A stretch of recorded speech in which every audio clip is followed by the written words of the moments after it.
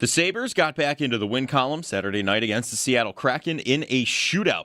Peyton Krebs and Rasmus Dahlin were the goal scorers. Dahlin's goal is the 100th of his NHL career. Dahlin is the second defenseman and the 38th skater in franchise history to score 100 or more goals with the Sabres.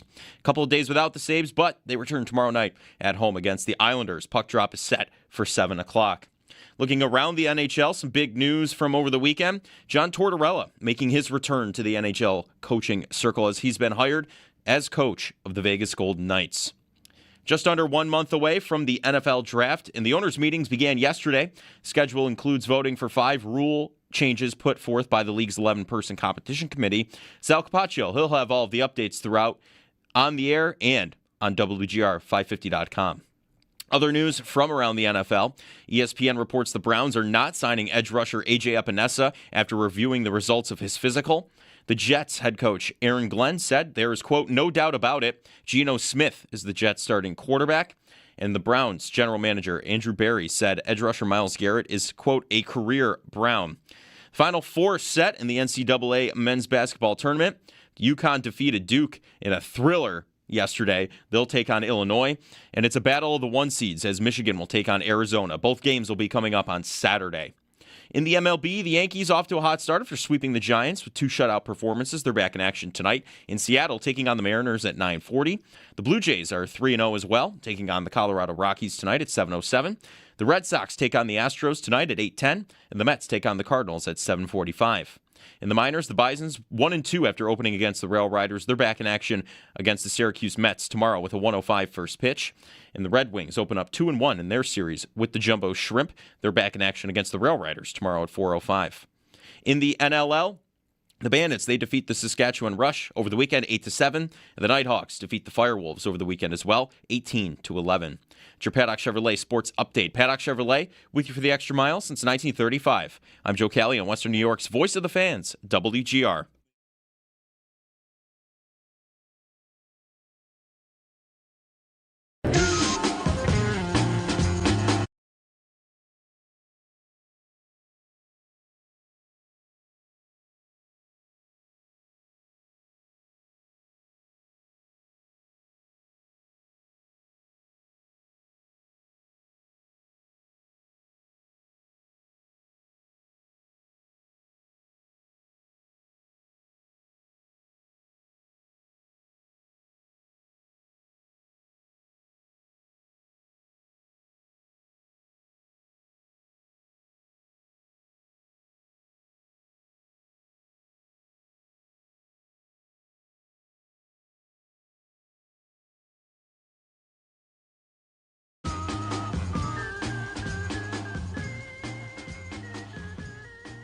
Happy Monday. Howdy.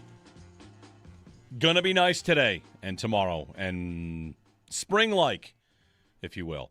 60 today, I saw. Yes, 59 today, 62. Excited. The weekend coming up, 65. That's good. Mm-hmm. Lots to like. Hi, everybody. Jeremy and Joe on this Monday. We've got lots of Sabres to get to. We had a few hockey games. Your second-place Sabres. Yeah, they're tied. They're tied for first. Second place. They're tied, though. They have the same amount of points as the team in first place. This is true. So, tied for first. They still control their own destiny. Yes. Don't we all?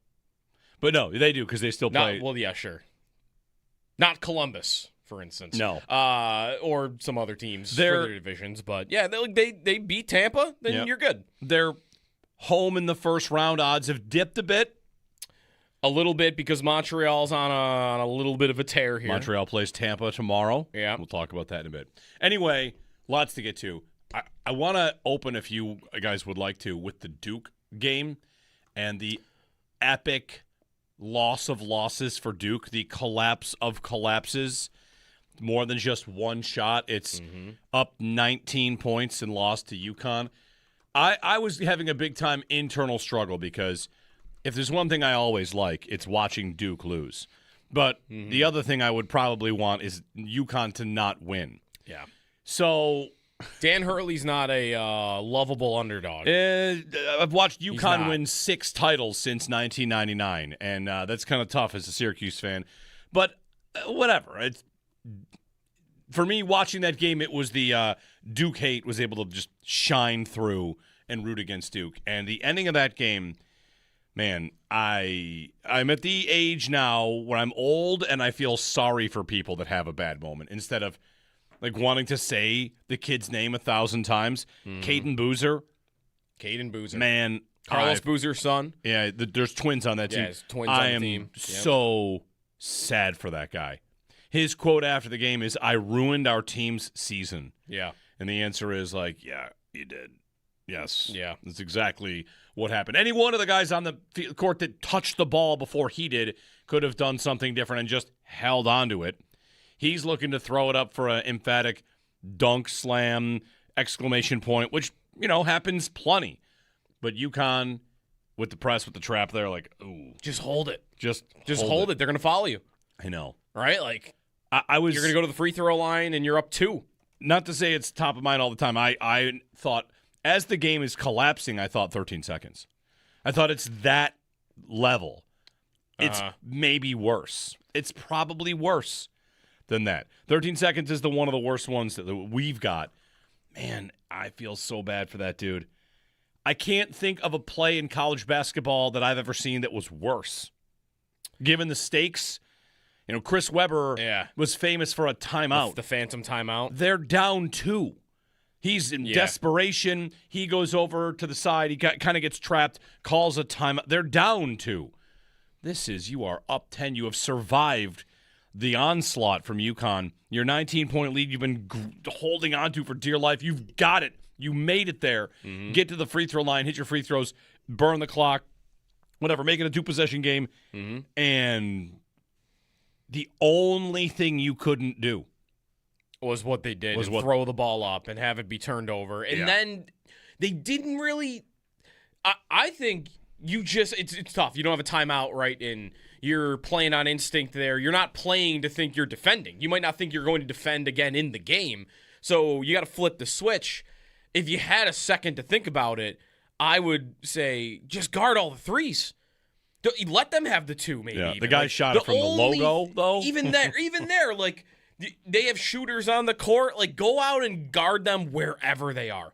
Because any shot that's made from the logo is your season. And a 2-pointer is, okay, I've got either one more look or I'm going to overtime. But you don't have time to do that. Well, this gets to our question. It looked like Hurley was trying to call timeout also when they had the ball. It was tough to tell, but that whole thing gets to our question about the Iowa game from the last round, right? Where would you foul up to give yourself a guarantee at the last shot? But there's no way Duke is thinking that. No, because Duke is thinking, why would we have to defend? We will hold the ball, and they will foul. Yeah. Worst case is they trap and somehow earn a jump ball call. Right. Which they just wouldn't happen. They would just call the foul. They would just give it to you. I mean, it's probably on the list of the worst plays in tournament history. I thought of a Virginia throwaway against Furman a couple of years ago, which is basically the same play. Same thing.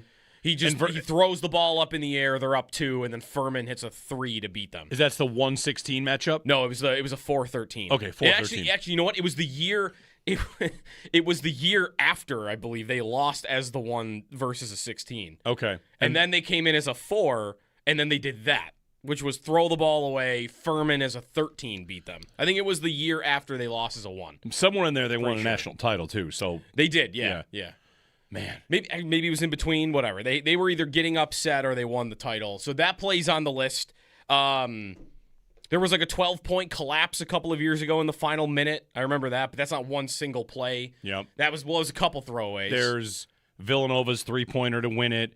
There's Memphis and Kansas. I think it's Memphis, Kansas. Memphis had the title, won the whole way, and gave up a late shot. Yeah, had the whole game and didn't win. I think they ultimately might have lost it on like probation stuff. Whatever. I mean, like it was Northern Iowa. They had a 12-point lead with 44 seconds left, and Texas A&M came back and beat them for the title. No, not for the title. No, not for the title. I was gonna say, I don't remember Northern Iowa playing for the title. This was like a respect to the Panthers. Second round game. It was a second round game. Yet Northern Iowa wasn't making it that far that I can remember. This is bad though. It's funny because I am not a big-time Duke fan that follows, but I saw a reaction to fire the coach. Fire your coach. Like, your coach is really good. They get to the Elite Eight all the time, and is he really to be held accountable for that? Is there any doubt that every player on that court knows exactly what to do? You could coach a player up your entire life to do something, and then in the moment they do something else, and all of a sudden it's your fault. I don't have a hot take on whether I should fire John Shire. Listen, you're Duke. Like, what's your standard? Your standard is winning the national title and nothing less than that. And the guy's been there for 5 years and hasn't won the national title. How long do you give him? You're Duke. You're not, pick a school. You're not Alabama. You're basketball. You can pick. You got to have – it's the Vegas Golden Knights firing their head coach over the weekend. Like, some teams have a higher standard than others, and they haven't – when's the last time they won a national title? It was certainly when Coach K was the coach, right? Oh, yeah. 2015. If it's been a decade for you and you're Duke, that's bad. Well. That's about as long as they probably have gone since Coach K was the coach. Can you hire Dan Hurley? Can you hire Jay Wright? That. I wouldn't fire him just based on that play alone, not but at all. It would be more about you've been here this long, you haven't won it. You're Duke. That's why he would get fired, I would imagine. I love seeing Duke lose. They are all the jokes. It's all right. They got Yankee season. The Lakers are going to the playoffs. Like, that's the bandwagon. Cowboys have a big draft pick coming up. Yeah, right. Yeah. All the bandwagon fans are Duke fans, right? Love seeing them lose. I don't like Hurley. Hurley is one of the villain coaches that I love to root against, but I guess I'm not a big Syracuse fan, so I've never had a problem with UConn. Well, Hurley's the only thing about UConn I've ever really disliked. Syracuse and Hurley is not it. It's Jim Calhoun. Right. They used to be in the same conference, and now Big not East. so much. Yep. Yeah. And they win all the time, and they always overperform in the tournament, especially with Hurley. Jim Calhoun did that too, but so does Hurley. They always overperform. Mike in Hamburg. Hey, Mike, good morning. Hey, good morning. I got 4 things I want to ask you, and then I want you to see if you can put this out for other people that are listening to this. This would be great. The 4 things that you've seen live on television or in person that are the in sports that are the most memorable of all time. And here's my 4. I'm going to go real quick. Okay. Derek Whittenberg throws up a 3-point shot that Terrell catches it and puts it in NC State. Yep, that's number 1. Number 2 is Doug Flutie throwing the pass. Okay. Boston College. Yeah. Okay. I won't even say the name. It's Gerard, whatever. Phelan is at the bottom of that pile. Yep. Phelan. Yes. Okay. Number 3 is David Tyree. Okay. Catching the pass in the Super Bowl. And number 4, another college one, is when Alabama kicked that long field goal, and University of Auburn ended up the kick 6. The kick 6. The kick 6 for Auburn. What's that guy's name? Davis. Not Cliff Davis. I don't know the first name. All I remember is There goes Davis. Auburn's going to win the football game. That'd be on my list for things I experienced live. That Twitter broke that day. That was the first time I remember Twitter breaking. It broke. Yeah, if you're looking for the most memorable thing, when I saw on the screen what are your 3 sports things you've witnessed, you'll remember. If we're including television and in person, the first thing that came to my mind was the Auburn-Alabama kick 6. Yeah. First thing. Yeah. I remember watching that and thinking, that is the most incredible ending I've ever seen of any game, any sport. It was, especially because they had the end zone camera ready, right? Right. Because it was such a long kick. It was tied, and Alabama's going for the win. And I mean that was incredible. So yes, that's on the list. 6 is on the list. The kick 6. I mean, 4 is a big number to ask everybody to remember. Rushmore. 4. I don't have a Mount Rushmore ready to go. That would be on. I think that'd be on it for me. Well, I don't know about the other 3. I mean, I was not clearly alive. I wasn't a thought yet for Doug Flutie. I guess you're going 2 things. There's incredible, and then there's meaningful, right? Jason Pominville's goal against Ottawa was maybe Sure. maybe both. Dumont's goal in Game 3 against Ottawa in that same series. Yeah. Was that incredible? No. But it was amazing and meaningful, right? Like, if you're going for just not only is it important, but it is an unforgettable moment in the way that it happened. Like that UConn Duke game, that is an all-timer. That is the throwaway, no timeout. Isn't sports so beautiful when there's no timeout and there's no need to review whether or not a guy's foot was on the line or anything? You can just experience a sport. They did put 1/10 of a second back on the clock. Congratulations. They Good went thing from did. point 3 to point 4. Yeah, it didn't So take they too did do long. that. Yeah.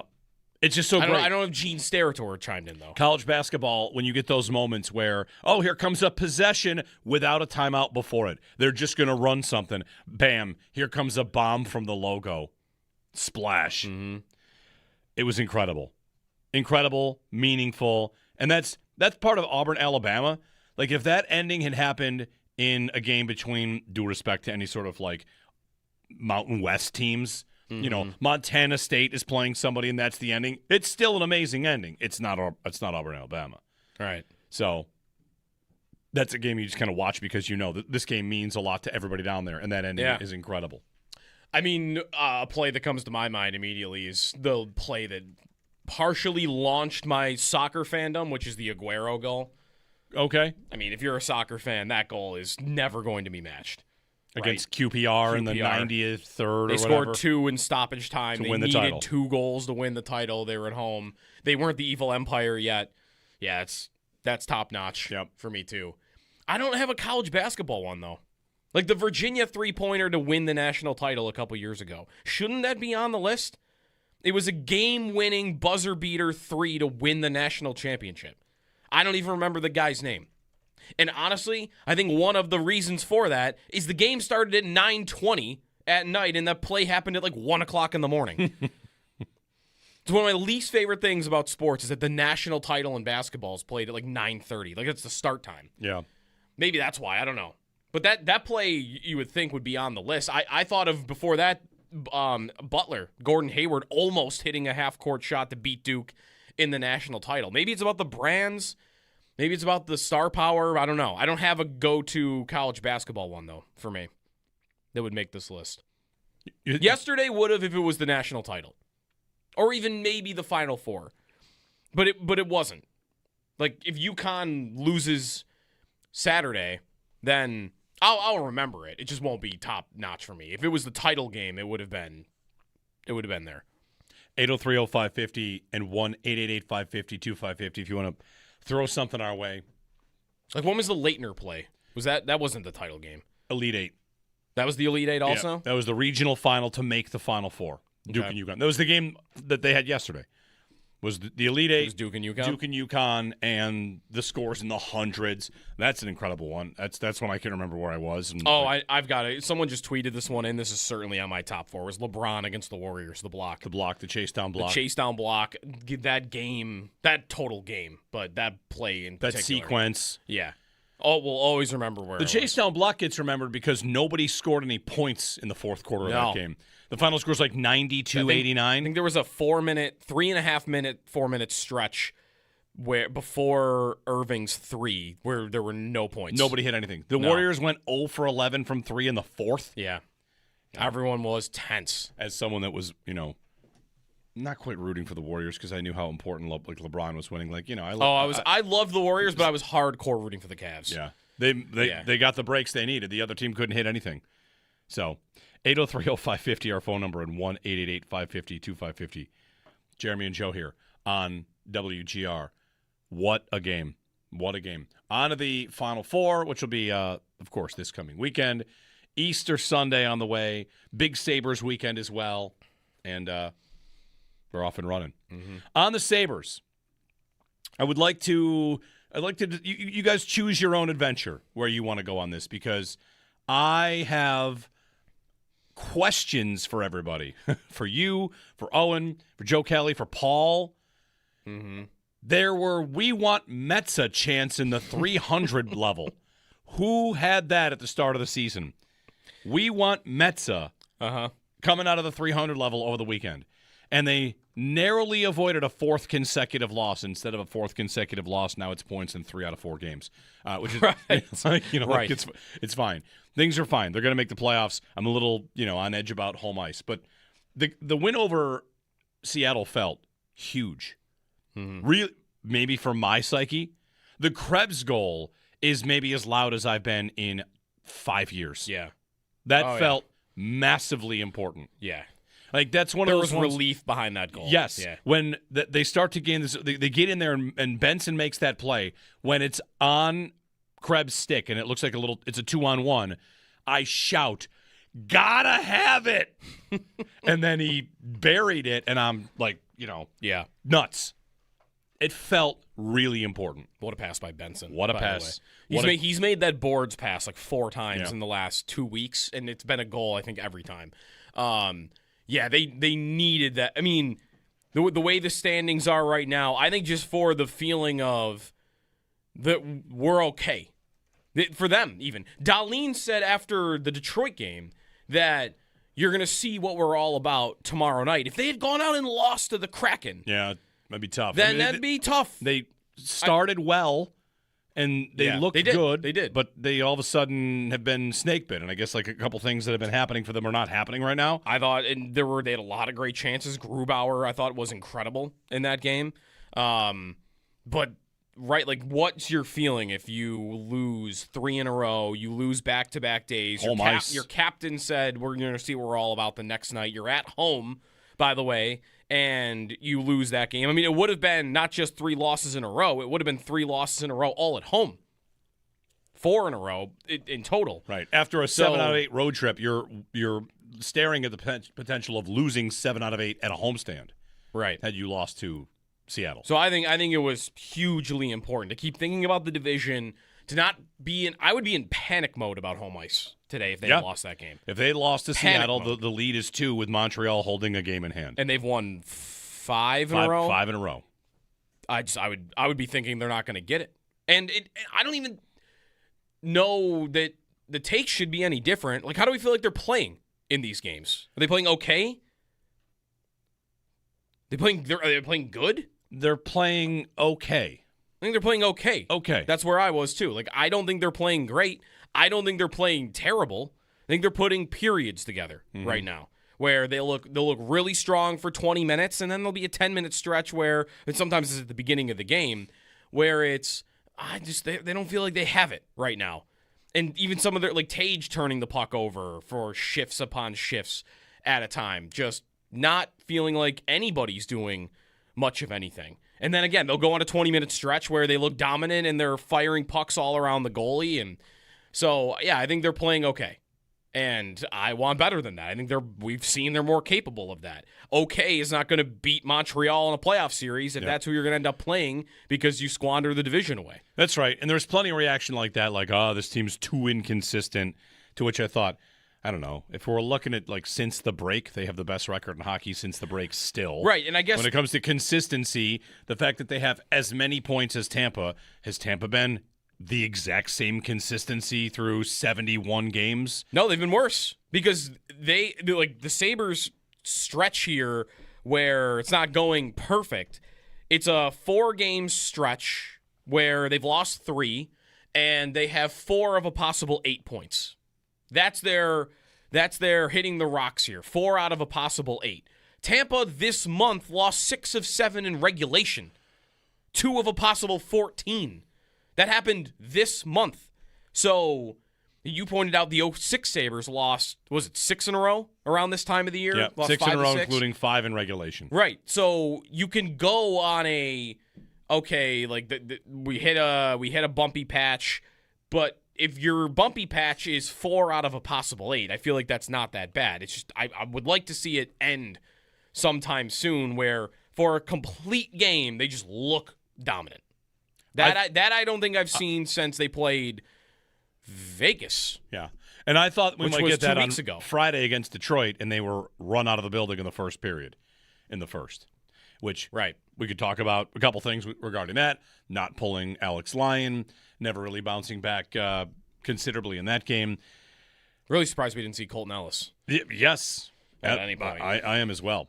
803-0550. I tweeted about it, and I sent a text out to my text club about 3-on-3 overtime. It's funny because, Joe, I tweeted, and we'll get to this and maybe on the other side. I don't want to argue about it, which is how often does anybody write that on Twitter? Twitter's a place to go to argue with people. Mm-hmm. And here we'll have a conversation about it now. But I watched the 3-on-3 Seattle-Buffalo overtime and felt like if I was the commissioner of the league, I would say next season we make changes. And when I tweeted that it's a good idea that stinks, I got, maybe it's because I said I didn't want to argue, no disagreement. Mm-hmm. Everyone had an idea. Everyone thought, yes, this is why would we do it like this? Why would the league continue to do 3-on-3 the way that it is? Things that are not real hockey, save your blasts about the shootout not being real hockey. You know what's not real hockey? Circling around for 90 seconds all over the ice like you're out for a skate and shoot. Well, that's not real hockey either. Mm-hmm. 3-on-3, when it's bad, is broken bad. It is an embarrassment to your sport bad. And Saturday was that. Saturday became the time where now when games go to overtime, I'm thinking, am I going to get entertainment or am I going to get two teams wasting my time? Often it'll be wasting your time if you're thinking that session. If you could tell, I'm getting worked up. That 5 minutes was offensive to the sport. Someone should step in. Whoa. Emergency Board of Governors meeting. What have we done here? Mm-hmm. It needs to be changed. And I got nearly no pushback like, no, what are you changes.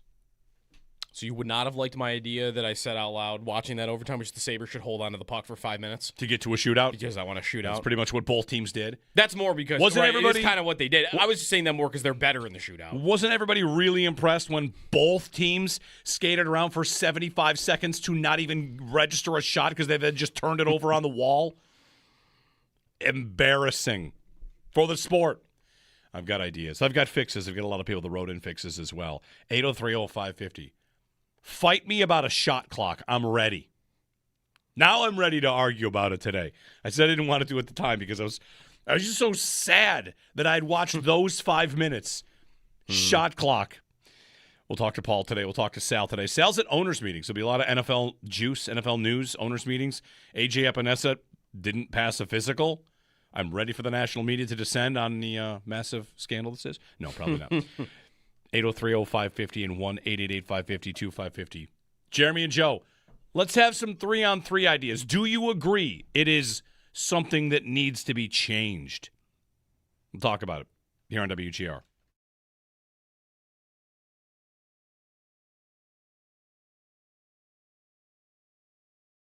The win over Seattle felt huge. Mm-hmm. Really, maybe for my psyche. The Krebs goal is maybe as loud as I've been in 5 years. Yeah. That felt massively important. Yeah.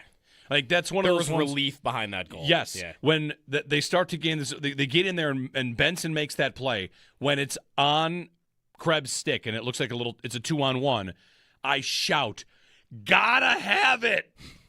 And then he buried it, and I'm like, nuts. It felt really important. What a pass by Benson. What a pass. He's made that boards pass like 4 times in the last 2 weeks, and it's been a goal, I think, every time. They needed that. I mean, the way the standings are right now, I think just for the feeling of that we're okay. For them, even. Darlene said after the Detroit game that you're going to see what we're all about tomorrow night. If they had gone out and lost to the Kraken. Yeah, that'd be tough. Then that'd be tough. They started well, and they looked good. They did. But they all of a sudden have been snake bit. And I guess like a couple things that have been happening for them are not happening right now. I thought, and they had a lot of great chances. Grubauer, I thought, was incredible in that game. But, right, like, what's your feeling if you lose 3 in a row, you lose back-to-back days? Your captain said, we're going to see what we're all about the next night. You're at home, by the way, and you lose that game. I mean, it would have been not just 3 losses in a row. It would have been 3 losses in a row all at home 4 in a row in total. Right. After a 7 out of 8 road trip, you're staring at the potential of losing 7 out of 8 at a homestand. Right. Had you lost to Seattle. So I think it was hugely important to keep thinking about the division, to not be in – I would be in panic mode about home ice today if they had lost that game. If they had lost to Seattle, the lead is 2 with Montreal holding a game in hand. And they've won 5 in a row? 5 in a row.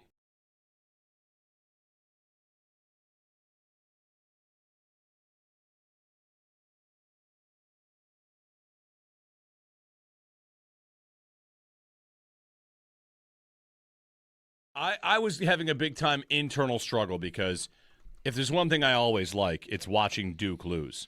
But the other thing I would probably want is UConn to not win. Yeah. So Dan Hurley's not a lovable underdog. I've watched UConn win 6 titles since 1999, and that's kind of tough as a Syracuse fan. But whatever. For me, watching that game, it was the Duke hate was able to just shine through and root against Duke. And the ending of that game, man, I'm at the age now where I'm old and I feel sorry for people that have a bad moment instead of like wanting to say the kid's name 1,000 times. Caden Boozer. Man. Carlos Boozer's son. Yeah, there's twins on that team. Yeah, twins on the team. So sad for that guy.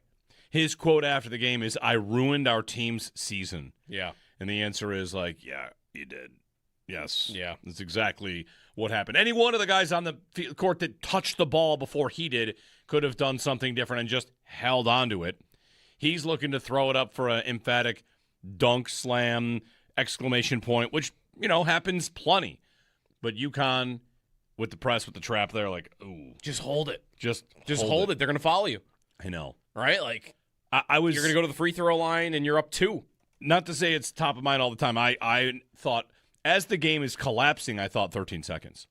I thought it's that level. It's maybe worse. It's probably worse than that. 13 seconds is one of the worst ones that we've got. Man, I feel so bad for that dude. I can't think of a play in college basketball that I've ever seen that was worse. Given the stakes, Chris Webber was famous for a timeout. The phantom timeout. They're down 2. He's in desperation. He goes over to the side. He kind of gets trapped, calls a timeout. They're down 2. You are up 10. You have survived the onslaught from UConn. Your 19-point lead you've been holding on to for dear life. You've got it. You made it there. Get to the free throw line, hit your free throws, burn the clock, whatever, make it a 2-possession game. And the only thing you couldn't do was what they did. Throw the ball up and have it be turned over.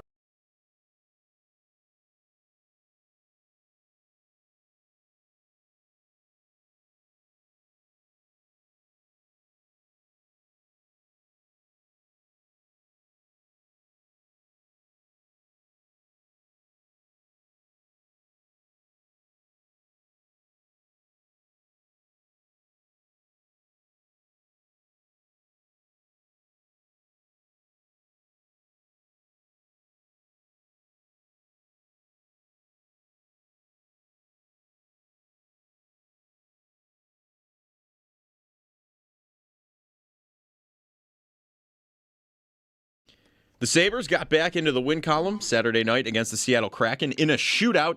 Peyton Krebs and Rasmus Dahlin were the goal scorers. Dahlin's goal was the 100th of his NHL career. Dahlin is the second defenseman and the 38th skater in franchise history to score 100 or more goals with the Sabres. Couple of days without the Sabres, but they return tomorrow night at home against the Islanders. Puck drop is set for 7 o'clock. Looking around the NHL, John Tortorella making his return to the NHL as he has been hired to coach the Vegas Golden Knights. Just under 1 month away from the NFL draft, and the owners' meetings began yesterday. The schedule includes voting on 5 rule changes put forth by the league's 11-person competition committee. Sal Capaccio will have all of the updates throughout on the air and at our website, WGR550.com. Looking at other news from around the NFL, ESPN reports the Browns are not signing edge rusher A.J. Epinesa after reviewing the results of his physical. Jets head coach Aaron Glenn said there's, quote, no doubt about it, Geno Smith is the Jets starting quarterback. And the Browns general manager, Andrew Berry, said edge rusher Myles Garrett is a career Brown. The Final Four is set in the NCAA men's basketball tournament after UConn defeated Duke in a last-minute thriller yesterday. They'll take on Illinois. And it's a battle of the one seeds as Michigan will take on Arizona. Both games will be coming up on Saturday. In the MLB, the Yankees are off to a hot start, sweeping the Giants with 2 shutout performances. They're back in action tonight in Seattle, taking on the Mariners at 9:40. Blue Jays are 3-0 as well, taking on the Colorado Rockies tonight at 7:07. The Red Sox take on the Astros tonight at 8:10, and the Mets take on the Cardinals at 7:45. In the minors, the Bisons are 1-2 after opening against the Rail Riders. They're back in action against the Syracuse Mets tomorrow with a 1:05 first pitch. And the Red Wings open up 2-1 in their series with the Jumbo Shrimp. They're back in action against the Rail Riders tomorrow at 4:05. Those are your Paddock Chevrolet sports headlines. Paddock Chevrolet with you for the extra mile since 1935. I'm Joe Cali for Western New York's Voice of the Fans, WGR.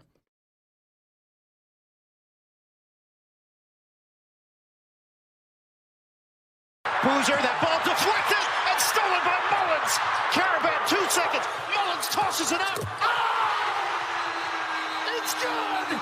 We're point 3. UConn goes in front. It's left away and it's over. UConn still has the March magic. The Huskies are once again going to the Final Four. Iron Eagle on the call. Epic comeback, 19-point comeback for UConn. They took the lead there, the first lead they had held in the game since it was 2-0. Right. And they win by a They didn't point. lead at all for that game. Jeremy and Joe, good morning. 803-0550, 1-888-550-2550. Talked a little about the tournament in our opening segment. We've got Paul Hamilton coming up later today. Sal will be checking in from owners' meetings. He's at owners' meetings all week. So stuff that comes up from, the coach's picture.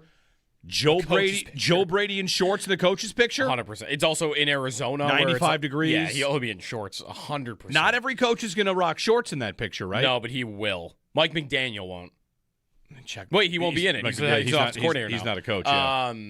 No, there will be the Shanahans of the world. Those guys will be in the guys that live out west and wear the thin jogger pants. But Joe Brady will not be one of those. I mean, it would be the upset of all upsets. I'm trying to find nobody in the front row had pants on last year.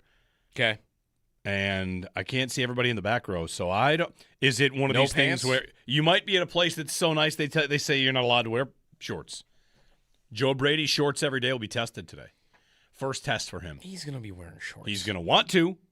What do you need to do if he's wearing shorts and you're not supposed to wear shorts? A nice enough place where they say throw him out. They're going to you're not allowed to wear shorts. Sir, I am the coach of the Bills, and we are here is it's the owners' meetings. Yeah, you coach the Bills. This is our show. Coach the Bills, huh? How many games you won? None? Tough. We let Andy Reid wear a Hawaiian shirt. You're not allowed. You can't wear shorts. Yeah, it really is a big test today. You're right. It is 95 degrees. It's Arizona. You're allowed to wear shorts everywhere in Arizona, aren't you? We'll find out. So Sal's going to be covering owners' meetings. He'll be there throughout the week, getting the news, the rules stuff they might vote on, the A.J. Brown saga, some draft stuff, all that. Meanwhile, the Sabres, 2 things. 3-on-3 overtime. I want to talk about it. And then I just want to talk about the Sabres. And, have we seen a bit of a, normal ebbs and flows in play? Or is there a conversation about Timmins, Metsa, what they want to be, what they are, how they're trying to morph and change a little bit as they get closer to the playoffs? That's the thing where it's not just figuring out what the right option is for the bottom of their blue line and who's going to play. It's also figuring out how much it really does matter. How much does it matter, these fringes of the roster positions of guys that are going to be playing 13 minutes a night, 14 minutes a night, maybe it depends on who the guy is. Metsa does not play that much. Timmins often does. How much does it matter if they get that wrong? If Metsa is their best option and he doesn't come back, how much does it really impact them? How much does it matter that Stanley, he looks like he shouldn't be out there on the ice? He plays 10 minutes a night, and I feel, the real feel, is that he plays 20.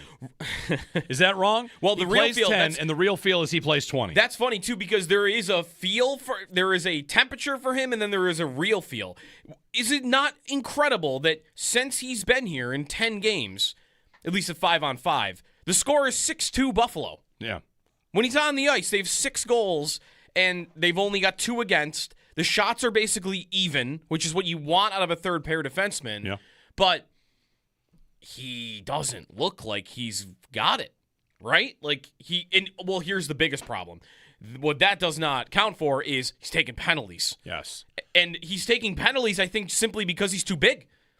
He's hard to officiate. Like, Raymond throws himself into Stanley on Friday night, and he goes down, and it's a penalty. It's like, well, I get why you're upset. He actually was even yelling at Raymond after the play. Like, you drew that on purpose. Well, yeah, you're an ogre out on the ice. Like, guys are going to do that to you. So that's just part of the territory. He comes down on a guy's stick later in that game. Any other player on the Sabres does that exact same action, and the stick probably doesn't break, and it's not a penalty. But he did it, and he's massive, so the stick breaks, and you're in the box again. And that doesn't go in your 5-on-5 stats, but if you get scored on the penalty kill, that's a goal in the back of your net because you're out there. Yep. So, I don't know. They're not pulling him, though. That's the difference. Like, I think if Timmins doesn't play well, I think they'll pull him. Stanley, they traded for him, and he's big and mean and physical, and they want that. Like, I think it would take a lot for him to not be in the lineup. And how much does it matter again? If he's only playing 10 to 15 minutes a night, is it going to sink them? Probably not. Or I shouldn't say probably not, just because once you get to the postseason, the fringes of your roster are in some games, in some cases, in some rounds, are going to be what make a difference. Stanley ends up playing 12 minutes in the last game. And the game before that. He did take... How about the penalty where he takes it to the net and plows over a goalie?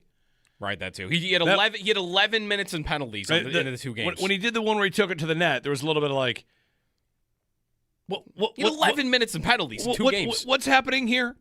What's happening here is you cut to the center. Like, what is the plan? There was nothing that was ever happening when he took that to the net other than a murder. He thought he was that was all that he was doing. He thought he was chasing Palmerville. He was not thinking he was anything other than a cruise missile. He was going in there for blood, and that's just what he was doing. Yeah.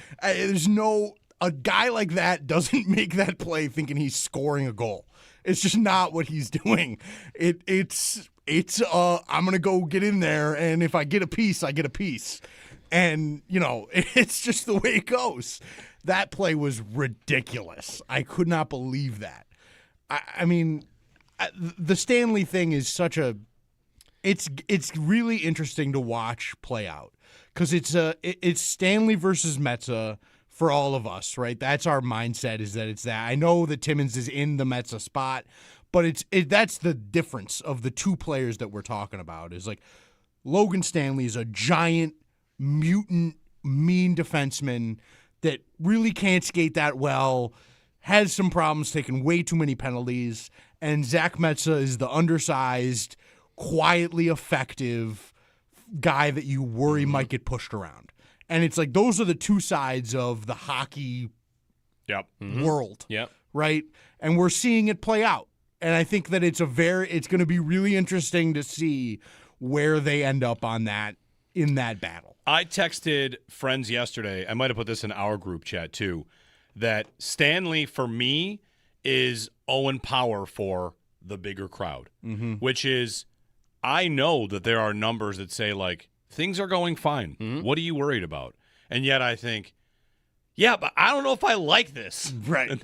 That's all. Yeah. Like, hey, his goals for and against when he's on the ice. Not even just that. Like, so Metsä, that's the case where like Metsä is outscoring teams at will this year, right? But the advanced numbers don't match that, right? The expected goals don't match that. With Stanley, they do. Even in this game against Seattle, the shot attempts when he's on the ice are, a positive for him. This year of their defensemen, he has the lowest rate of expected goals against, scoring chances against, high danger scoring chances against, and shots against.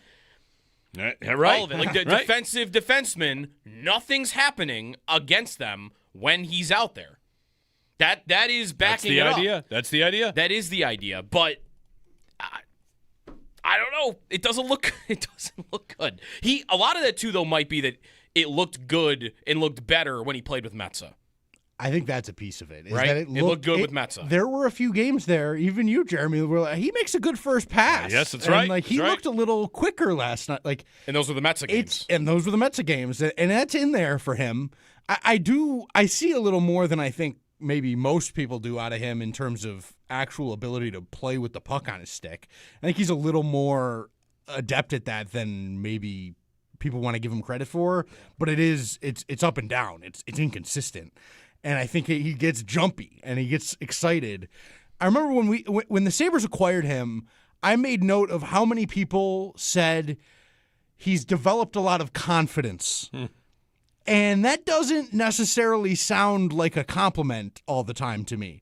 That sounds like this guy does a lot.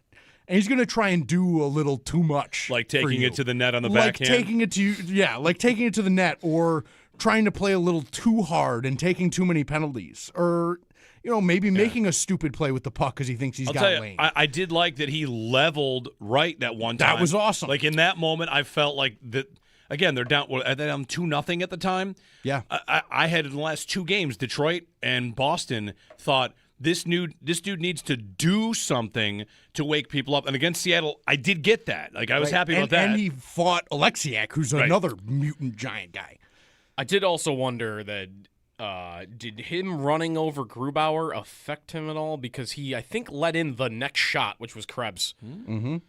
You got run over by a tank. Yeah. And then, that might throw you off a little bit. That's a right? thing, for sure. Yeah. Your There's a reason you do that. Your equilibrium might not be all there after getting... You've been moved 4 inches to the right, just saying, in general. Like, I thought I was on my spot. Is it a good trade? Like Stanley taking a 2-minute penalty every game, if it comes with he wrecked the goaltender and now the goalie's afraid for his life the rest of the game? It's a strategy for sure. 803-0550. 1-888-550-2550. Some good fun Sabres conversations. I went to the season ticket holder relocation event yesterday. I want to tell you about that. A lot of people at the arena to do all that. And maybe an indication of how many season tickets they are really selling. 803-0550 to join us. Playoffs will be coming. Sabres trying to find their right form, and they'll play tomorrow against the Islanders at KeyBank Center.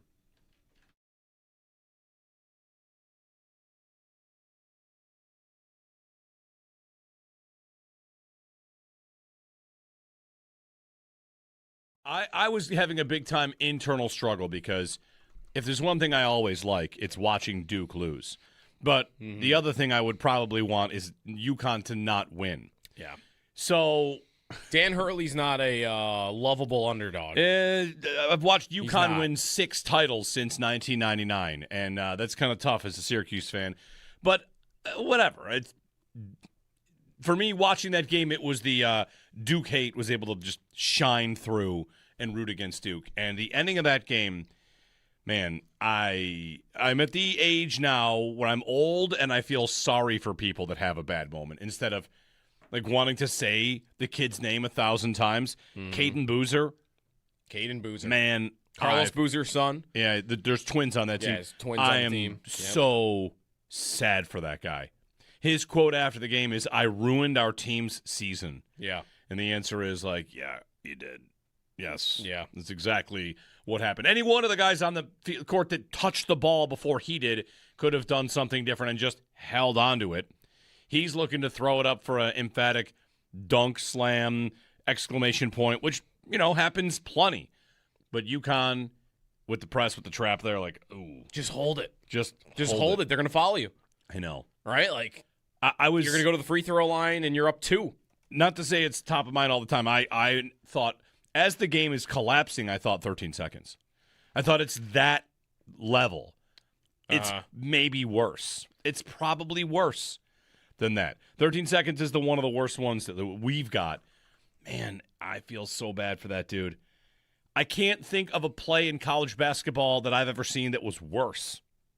Given the stakes, Chris Webber was famous for a timeout. The phantom timeout. They're down 2. He's in desperation. He goes over to the side. He kind of gets trapped, calls a timeout. They're down 2. You are up 10. You have survived the onslaught from UConn. Your 19-point lead you've been holding on to for dear life. You've got it. You made it there. Mm-hmm. Get to the free throw line, hit your free throws, burn the clock, whatever, make it a 2-possession game. Mm-hmm. And the only thing you couldn't do was what they did. Throw the ball up and have it be turned over.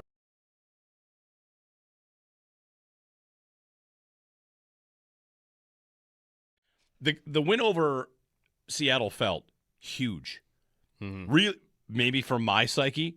The Krebs goal is maybe as loud as I've been in 5 years. Yeah.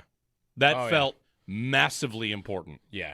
Like, that's one of those There was relief behind that goal. Yes. Yeah. When they start to gain this, they get in there and Benson makes that play. When it's on Krebs' stick and it looks like it's a 2-on-1, I shout, "Gotta have it!" And then he buried it, and I'm like, nuts. It felt really important. What a pass by Benson. What a pass. He's made that boards pass like 4 times in the last 2 weeks, and it's been a goal, I think, every time. They needed that. I mean, the way the standings are right now, I think just for the feeling of that we're okay. For them, even. Darlene said after the Detroit game that you're going to see what we're all about tomorrow night. If they had gone out and lost to the Kraken. Yeah, that'd be tough. Then that'd be tough. They started well, and they looked good. They did. But they all of a sudden have been snake bit. And I guess like a couple things that have been happening for them are not happening right now. I thought, and they had a lot of great chances. Grubauer, I thought, was incredible in that game.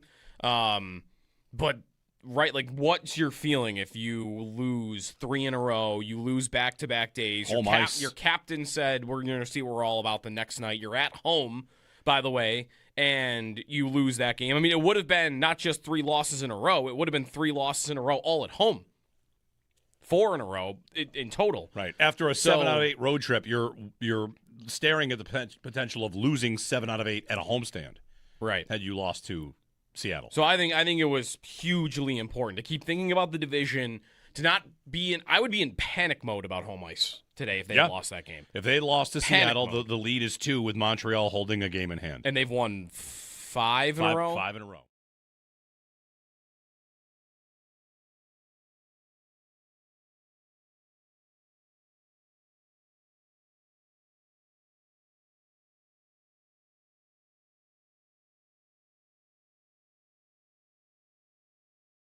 Quinn with the puck, right circle, to the middle, fakes, scores! A slow-mo finish on a wonderful goal by Jack Quinn in the shootout. Carbon copy one he scored against Detroit, or was it Calgary? It's a red uniform. Detroit. Where he worked back to the... I think it was Detroit. Forehand. In Detroit, scored the same goal.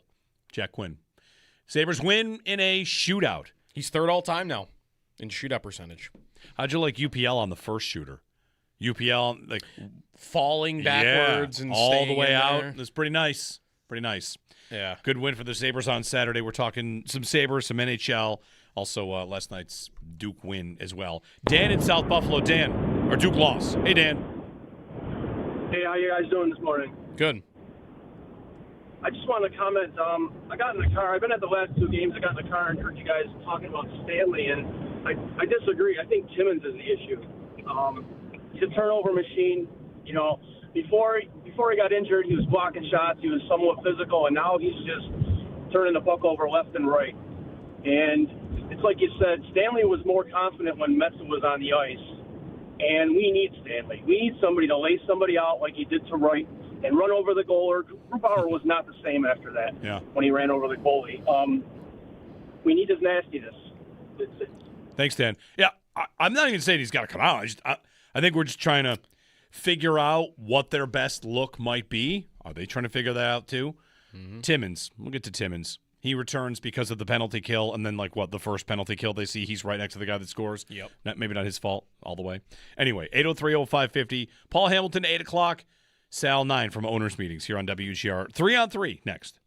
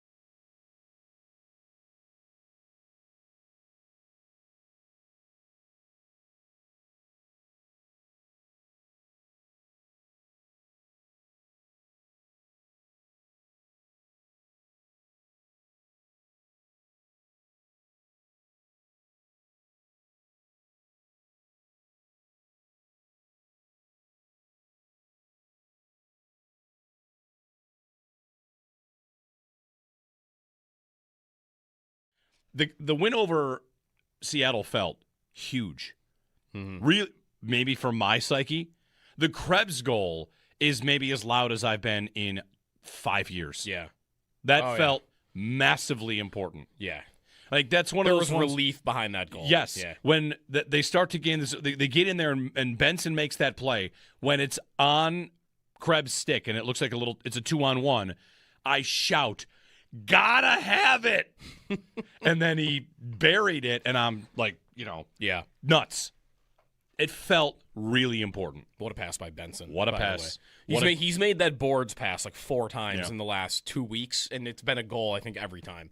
They needed that. I mean, the way the standings are right now, I think just for the feeling of that we're okay. For them, even. Dahlin said after the Detroit game that you're going to see what we're all about tomorrow night. If they had gone out and lost to the Kraken, that'd be tough. Then that'd be tough. They started well, and they looked good. They did. But they all of a sudden have been snake bit. And I guess like a couple things that have been happening for them are not happening right now. I thought, and they had a lot of great chances. Grubauer, I thought, was incredible in that game.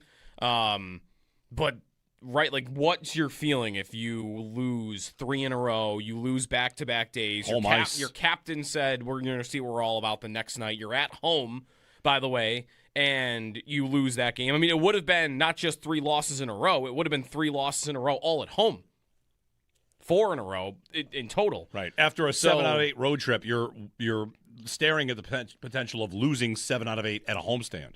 Right. Had you lost to Seattle. So I think it was hugely important to keep thinking about the division, to not be I would be in panic mode about home ice today if they had lost that game. If they had lost to Seattle, the lead is 2 with Montreal holding a game in hand. And they've won 5 in a row? 5 in a row.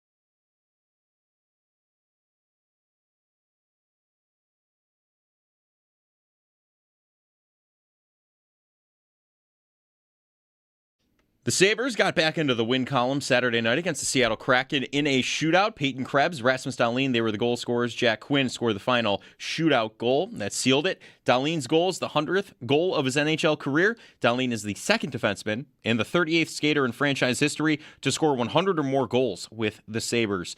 A couple of days without the Sabres, but they return tomorrow night at home against the Islanders with puck drop set for 7 o'clock.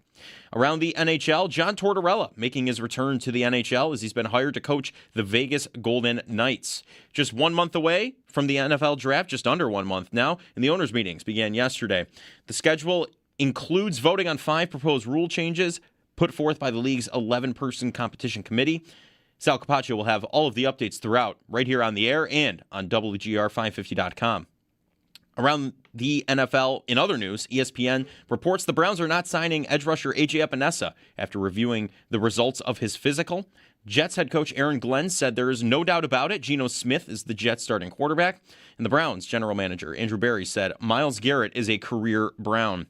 Final 4 is set in the men's NCAA basketball tournament. After UConn defeated Duke in a last-minute thriller yesterday, they'll take on Illinois, and it's a battle of the 1 seeds as Michigan will take on Arizona. Both games will be on Saturday.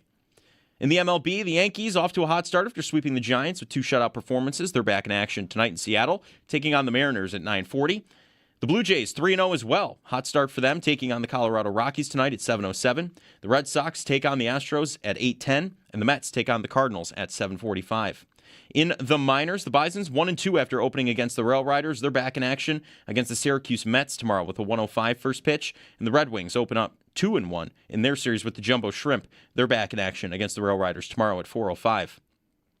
That's your Paddock Chevrolet Sports Update. Paddock Chevrolet with you for the extra mile since 1935.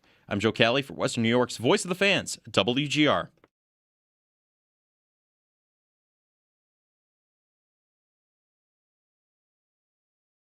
Get it in. They do for Boozer. Bobbled it. Back for Starr. Needs to get rid of it. Does for Caden. 7 seconds. Try to throw it ahead. Deflected. Stolen by Connecticut. 2 seconds. It's Mullins up top for the win. Oh, he hit it.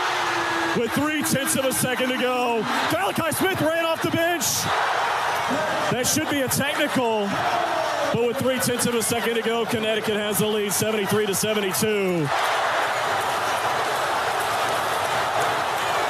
As Connecticut got the 3 from Mullins after the turnover from Caden Boozer. That's the Duke call of that incredible ending between Duke and Connecticut. What should be a technical? Coming off Someone the bench. ran off the bench to celebrate. Yeah. Can you imagine they call a technical in that moment? Oh, it would have been the dumbest, most ridiculous call of all time. It is kind of wild. That's the Duke call of that. And he's like, that should be a technical. He was so quick to it, too. Yes, he knew right away. Technical. One shot. Would it have been the worst officiating call in the history of the world? You hit a 35-footer from the logo to win, basically, and you get teed up because someone came off the bench excited. He did make it to inside the 3-point line. I don't Whatever. know what's the no standard there. You hit a game-winning shot with 0.3 seconds left, and there's about to be a stoppage. You can run around if you want. You're not calling a technical. Yep. He could have done a cartwheel to center court, and they should not have called a technical. 1 seeds were 134-0 when leading by 15 or more at halftime. Shame. And that's the first one to lose. Duke. They lose to Connecticut. Dan Hurley, a 19-point comeback. Largest versus a 1 seed since seeding began. In any round, anywhere. Huge comeback for UConn. Good morning, Jeremy and Joe. Hi, everybody. Talking about the Sabres a little bit today as they'll play the Islanders tomorrow. Tomorrow's a big day on the scoreboard. Sabres, Islanders, and then Tampa, Montreal. We'll get to that in a moment. But Matthew Schaefer in town. Matthew Schaefer, the revelation, right? The best rookie defenseman since Ever. Cale Makar. How good was Cale Makar in his rookie season? He was great. I don't know I don't remember if he was this great. Tyler Myers. I don't think he was. Tyler Myers was great as a rookie, and maybe not so much after. But he's great. Makar was pretty good. I mean, he had 12 goals, 50 points. He only played 57 games though, whereas Schaefer is already at 22 goals. I know. Yeah. Myers scored 11. 6 points. 11 in his rookie season in 82 games. Won the Calder. 803-0550. All right, so does anybody want to have a conversation about fixing 3-on-3? Well, I know. Like, hey. How about just not have it? Because what's the alternative? 4-on-4? Go back to 4-on-4. But is it the whole idea that I want to not have shootouts? Which is the 3-on-3 exists to not have shootouts. Right. And if we could have this conversation, here's your job, 803-0550. Don't call and say just have ties. The league's not going to do that. You can also say the league's not going to change anything, and you're probably right. I don't want to argue about the 3-2-1 point system. I don't want to argue about whether or not they should even have ties. Can 3-on-3 be tweaked and or fixed or foolproofed? How's that? Mm-hmm. Because Saturday's 3-on-3 between the Sabres and the Kraken was a disaster. A total disaster. And it was not entertaining. It was... I mean, I liked it from the Sabres' perspective because Seattle had one shot attempt the entire overtime. Sure, but it was watching the NBA in the 1950s when there was not a shot clock. It was terrible. I want a shot clock.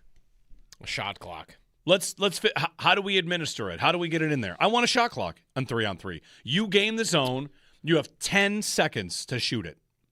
And if you don't, then it's the other team's puck. You're just going to drop it right to them behind their goalie. They make a rush. I know that hockey doesn't often have a protocol for a whistle that isn't immediately a face-off. Yeah. But you don't shoot it, it's their puck. We're just going to we're going to get the puck back to them. They're breaking out of their own zone. I want a shot clock in 3-on-3. I don't know that I hear that a lot, and I don't know that shot clock is going to be the solution that a lot of people think it is. You won't be able to bring it out of the zone. I know, but I think if teams are not in a good position to get a shot, they're not going to shoot it. They're going to dump it in, and then you're going to get basically punts because they're not going to want to be out of position. Fine. So then I get a rush. If that happens that way, do I get 20 rushes? Because I'm going 3-on-3 back the other way. But you might get 20 rushes and you might get 10 shots and 10 you dump it in because I want to make sure I'm in good position defensively. What we have is these teams are killing. They go into penalty kill mode. I know. In 3-on-3. I know. It's a 3-man penalty kill. It's awful. I think the best way to do it is the best thing that I like when I see like what should they do, what rule change should they tweak is like the over and back rule. That you can't be in the zone and then take it all the way back. And you could either do that at Center the red ice? line, you could do that at your own blue line if you want to be as extreme. But yeah, like an over and back rule. Once you cross center, you are not taking the puck back over center ice so that you can take another minute and get a change. That was another rule proposal that I've seen that I like, which is if you've got the puck in the offensive zone, you can't make line changes. You can't just hold it. Let me get 3 fresh bodies out here. Like, no, like you are playing the game too much. So I like over and back. My idea is very similar.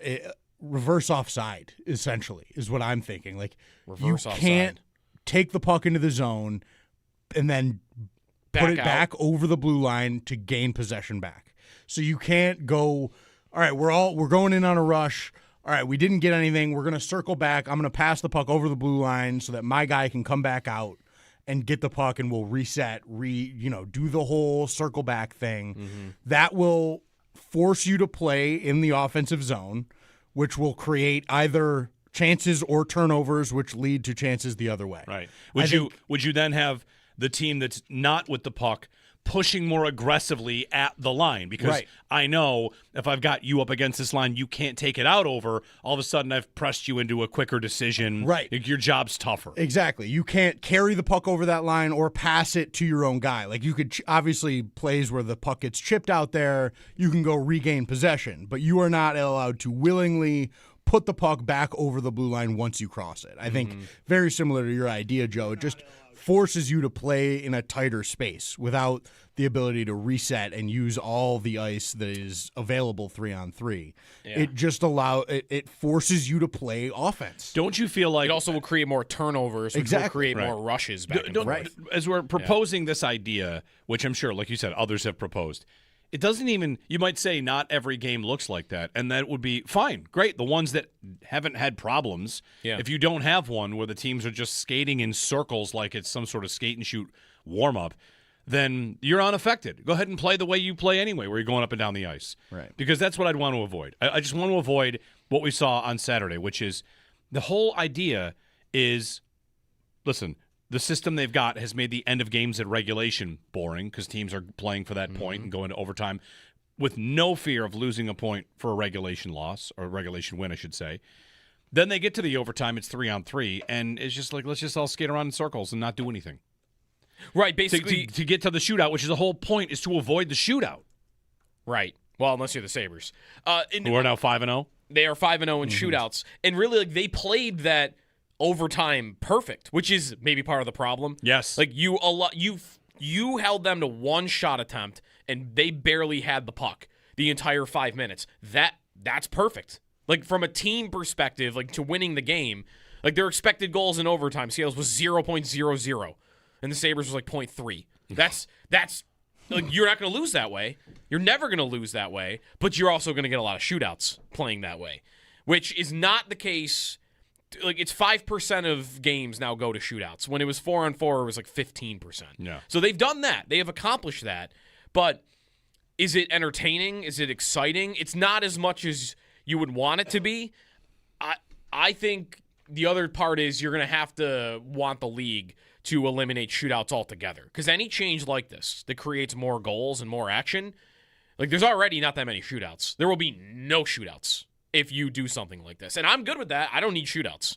But if you make it so that there's a shot clock and teams actually respect that and go for chances, or you do an over and back, or you do anything like this, I think you're going to get way more overtime goals, which will kill the shootout completely, which I'm good with. The format in the Olympics was 3-on-3. Was that 10 minutes? 10 minutes. 10 minutes, and then they were going to go to what? A shootout after that? The gold medal game was just 3-on-3 no matter what. Is that why those teams? I mean, I'm trying to remember. Like, it almost looked like what the Sabres did against Seattle was a little version of what Canada did. They kept giving it to Tage for one-on-one rushes, and try to carry it through and do something yourself. And then when Seattle got the puck, they just skated in circles. Right. He did almost score. He did? He had Grubauer sliding to his left, and he almost hit that far post. That was close. Yeah, like get even crazier. I don't think this is one that someone's come up with. Like is it in outdoor lacrosse that there's more people in the offensive zone than there is in like the defensive zone? Or like certain players can only go. Like, can I have it so that there's maybe there are more than 6 people on the ice, but like I've got a forward out there that is only allowed to be in the offensive zone. So now I get 4-on-3s in both ends or 3-on-2s. I had because you'll never back out then. I had this exact same thought where it's a defender is not allowed to enter the zone. So right. You've got, you got one defender that's not allowed to cross center ice. I know these are all like rules that are. How far you want to go for like blasphemy and gimmicky for hockey? Is there a hockey overtime rule idea though that isn't gimmicky? They're all gimmicky. Anything beyond 4-on-4 is going to be gimmicky, which is it's fine. Embrace gimmick. You're not doing it in the playoffs, right? Regular season, embrace gimmick. Shootout is gimmick. Shootout is a gimmick. You already crossed that bridge. You want to have one guy that's only allowed. Let's make it 4-on-4, but one guy's only allowed to go in the offensive and neutral zones. Guess what? You'll never get the thing that Owen's trying to eliminate too. You'll never back out of the zone because the second I do that, I'm inviting another one of their guys to get into the play. I'll never back out again. And I'm going to get a lot of goals because it's going to be 4-on-3 power plays all the time.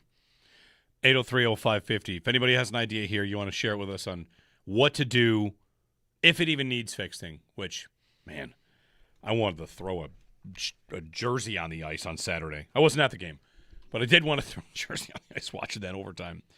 See, I very much get into the mode of like what's best for them in overtime. So I loved that overtime. No.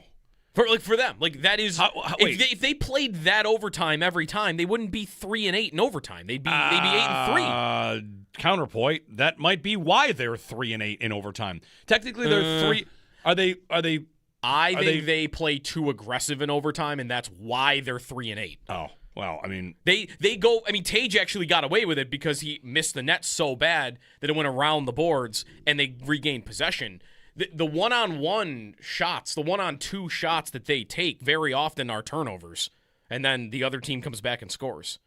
Like, they don't play – I don't think they play the way they played against Seattle in overtime very often. They don't play a puck possession battle. I think they try to play a rush game, and that's what gets – like, Power trying to slide the puck around the boards to Tage against Anaheim, that creates the turnover that Anaheim scores on. If Power just – stays there calm, you have time, waits for other guys to move around, and you keep possession, you're not going to create a chance off that. But now Anaheim doesn't have a breakaway in the other direction.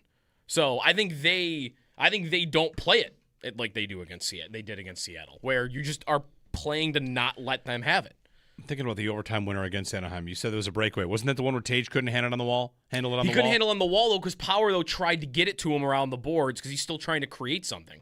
Power, if he just sits there and even backs off a little bit, lets his own guys get into position, you're not going to have Troy Terry going back the other way. Yeah, Tage did still have a shot at it, but you put him in a bad position. 803-0550. Sabres and Islanders tomorrow night, closer and closer to the playoffs.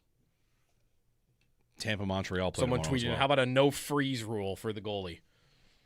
The goalie's not allowed to freeze the puck in overtime. I was going to say, what happens then, though? What's the most predictable thing right there? Owen, goalie, is like, oh, you can't do that to us. I saw it on your face. No way. Well, what does that mean, though? If his glove is down on the puck, that I'm allowed to just slash at it? You got to move. You got to move it. What is that accomplishing for us? It's not stopping them. I mean, how many whistles do you really get in overtime anyways? Half the time the goalie gets it, they try to play it out up. I'll approach this whole thing the same way I have approached the offside challenge, which is I'll make something against the rules and I'll make the punishment very severe. If you take it out of your own offensive zone with possession, you are banned for a year. I respect that. I'm the commissioner. No one will ever do it again. You are not allowed to leave the zone with possession. Man, You want to start at 5-on-5 and every minute you take a guy off the ice? No. I just want 3-on-3 where they try to score. Well, you get down to 1-on-1, and then I've already ruined the 5 minutes to end games in regulation because of the scoring system, the standings. Now I've actually ruined 3-on-3 by having the most boring coaches go out there and think, like, actually, it's really smart if no one shoots. The goal in overtime for some of these teams is to hold it for 4 minutes and 58 seconds and then shoot. Here's an idea. It's not all the way to your favorite idea, but it's maybe a middle ground. Let's introduce 3-2-1, but let's make it for overtime wins. The NHL doesn't like doing it for regulation. All right, fine. Yeah, How about 3 points for it's still 3 points for an overtime win, but it's 2 points for a shootout win. And then 1 point for a loss. You know what you're going to get in overtime? Teams are going to be going all out to win in overtime. I know you want that for regulation, but maybe the NHL is their middle ground. Or it becomes what I just said. Hold it for 4 minutes and 58 seconds and then shoot. Because I got to make sure I don't give up any chances here. I want to have the one shot. You're risking a point, though, and I'm going to score on that one shot. Sure. Wouldn't you rather have 5 chances to get the 3 points? No, fundamentally, I cannot agree to any sort of change to the 3-2-1 system because it has all things perfect. That would be better, though, right? I don't think it would be better Than what they have now? No, I think teams would do it. Why wouldn't teams try to score in overtime? Because more. They would just try to shoot at the very end. I don't it's think they the would same. Do that. What you would it's the same as when a basketball team gets the ball and it's tied and there's 20 seconds left. What do? Take the shot clock all the way down and say if anyone's going to win it, it's going to be us. Your odds of shooting on one shot in Did hockey you see Saturday? You could do it. But Saturday they're not risking a point. You win in a shootout, it's all the same. You're risking a lot. You're risking a full point on I'm going to score on that one shot I get. They're not going to do that. I'm not going to let. It's not a basketball I'll take, shot. These coaches, I'll take my chances because I don't want you to get that shot. But you're only preventing them from getting. It's the loser point part of this. And also in that scenario, what I've now done is I've corrupted the scoring, the standings because a team that wins in regulation is given the same amount as a team that won in 3-on-3. Do I want 3-on-3 to mean more? Because that's what would happen. 3-on-3 now means more. It is equal to winning in regulation, and I don't. Do you want that? Joe in a car. Hey, Joe. Good morning. Good morning, gentlemen. How you doing this morning? Very good. All right. So the whole idea of holding for the last shot, like in basketball, I'm not sure that's going to work because in basketball, the other team, if there's 3 seconds left, they still get a chance to get a shot off. So I'm not sure I agree with that. But what I would suggest is maybe extend 3-on-3 overtime to 10 minutes and then put the over and back thing you guys were talking about. I like that, but maybe instead of going over and back with the red line, use the defensive blue line and then have a time limit like in basketball with the amount of time you have to get the puck over your offense, the defensive side of the red line. Like if you're defending one half of the ice, you have 10 or 12 or 15 seconds to make sure that you get it over the red line. Otherwise, you're called for I don't know, offsides, icing, something, some sort of delay a game, or maybe even delay a game. Yeah. Throw that out there. There's ways to fix it. I'm not sure holding for the last shot would be it because, look at the times everybody pulls a goalie at the last minute of the game and they get 30 shots from. I'm exaggerating, of course, and the puck doesn't go in. So there's ways to fix it. I think maybe just extending it to 10 minutes might actually solve a lot of problems. I don't know. 10 minutes, I might get 5 more minutes of what I got on Saturday between the Sabres and the Kraken. Someone in the chat pointed out that the Champions Hockey League in Canada has a Canada or Europe? Europe. Sorry, it's a CHL. That's their version of the UEFA Champions League. The Champions Hockey League in Europe has the no return rule in overtime. Is that over and back? Yeah, that we're talking about. Yep, that's it. Control the puck in the attacking zone. Retreating into the neutral zone during overtime leads to an offensive zone face-off for the other team. You bring it out of the zone on purpose. Mm-hmm. Offensive zone face-off for the other team. The exceptions are puck leaves after a shot attempt, defending player forces it off the opponent off the puck, or the puck leaves following a cleanly won face-off in the attacking zone. You take it out of the zone, D-zone draw for you. It's like icing. All right. What are the chances Gary Bettman could even be bothered to consider? Oh, he loves it. The NHL, he loves everything that the league always is. The NHL makes a change once every 20 years. Yeah. Maybe more. Because these shootouts got put in place in 05-06, and we went to 3-on-3 how long ago? Is it 5-6 years ago now? Is it 10? It's probably 10 years. It's 10 Every years 10 years, there'll be a one small change to the overtime. I'm trying to. I like hearing these ideas and then trying to figure out what would happen. How would teams ruin it? Not even that. Just the impact of it. This one. This is probably dumb, I think. Go to 3-on. No, get rid of shootouts. 3-on-3 for 10 minutes. If no one has won at the end of the 10 minutes, no one is awarded any points. So that's a tie then, right? That's a tie. I guess that would be teams being desperate to not have the game end because then no one gets anything. But then wouldn't a team let you score at some point if they only need 1 point? Yeah, I don't think it's going to work. If I want 1 point and you have the puck with 20 seconds left, I'm just going to let you score so I can get a point. Wait, this doesn't work. I don't understand how the person's getting a point. Because it's a 0-0? What's written in here is that if it's at the end of the 10-minute 3-on-3, if no one has scored, neither team gets a point. Like a bonus point. No one gets any points. No, that's dumb. No one wants that. I mean, you would think, desperation, they're going to try all out to score the whole 10 minutes. But then you're going to create something stupid. I think he probably means the bonus point. Maybe he must mean the bonus Joe point. in Tonawanda. Okay. Hey, Joe, good morning. Hey, morning, guys. How are you? Good. I think that they should go back to the old style of 5-on-5, just play the 20 minutes, bring back the 2-line pass, and make a 30-second time clock. You have to wind up shooting. If not, you turn it over. Okay. 5-on-5 overtime. I don't like the 2-line pass. 5-on-5 overtime would be you get nothing. For how many minutes? You just go to a shootout at that point. The reason they went to hockey. The reason they went to 4-on-4 was to try to encourage goals. Then the reason they went to 3-on-3 was to try to encourage goals. And I guess, by the numbers, is it doing what it should? Sure. If there are fewer shootouts, you mentioned, Joe, it's like the number of shootouts. It's down. It's way down. Yeah, from 15% to 5%. But on some level, you should also say, are we entertaining enough people here? When you get an overtime that goes bonkers, it is definitely entertaining. Did they used to do this during 4-on-4, where it was ultra puck possession battle? I don't think so. I don't remember that when I was growing up. I don't think you can possess it the same way when it's 4-on-4. Right. Yeah, I don't know. Jarrett in Port Colborne. Hey, Jarrett. Hey, good morning, fellas. Morning. Hey, just going to preface this comment coming off a night shift, so brain's a little cloudy. All right. All right. Take a different trajectory. I say eliminate overtime. Just go straight to a shootout. Take some of the wear and tear off the guys. They're playing a ton of minutes. And eliminate the loser point. I'm going to hang up and listen to what your thoughts. Thanks, Jared.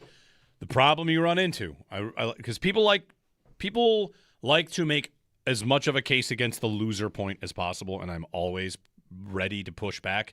Mm-hmm. The loser point remains a good thing, and it is not a loser point; it's a regulation tie point. If you did what you wanted, Jarrett, you would have 60 minutes played at 5-on-5, and then go immediately to a shootout where all of the points in the game are decided in the shootout. The entire 60 minutes is worthless, meant nothing. What meant everything was a shootout. Do I want to play a game where, it doesn't even have to go this specific on shots, but I outshot a team 50-20. I'm getting goalied. Mm-hmm.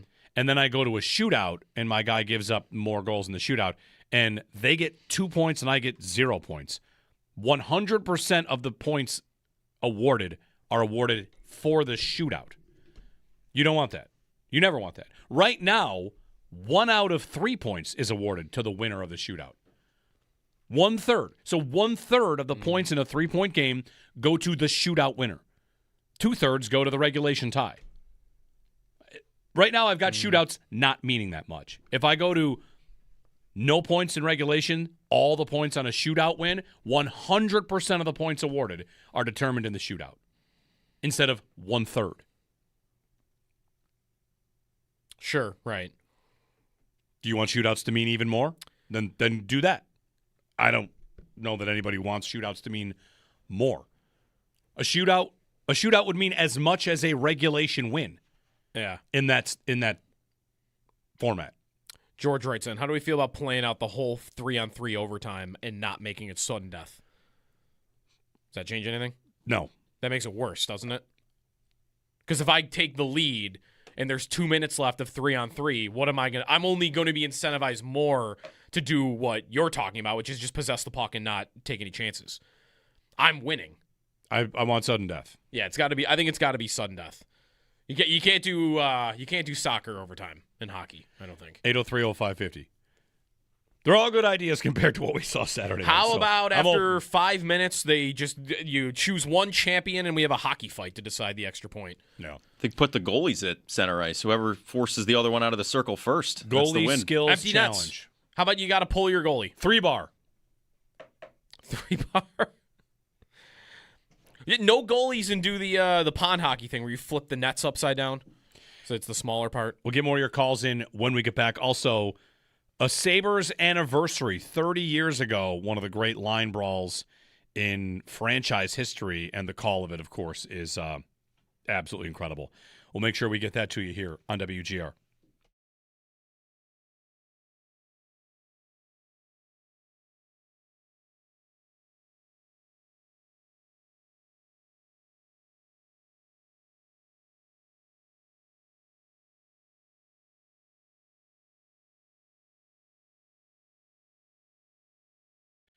The win over Seattle felt huge. Really, maybe for my psyche. The Krebs goal is maybe as loud as I've been in 5 years. Yeah. That felt massively important. Yeah. Like, that's one There of was those ones, relief behind that goal. Yes. Yeah. When they start to gain this, they get in there and Benson makes that play. When it's on Krebs' stick and it looks like it's a 2-on-1, I shout, "Gotta have it!" And then he buried it, and I'm like, Yeah. nuts.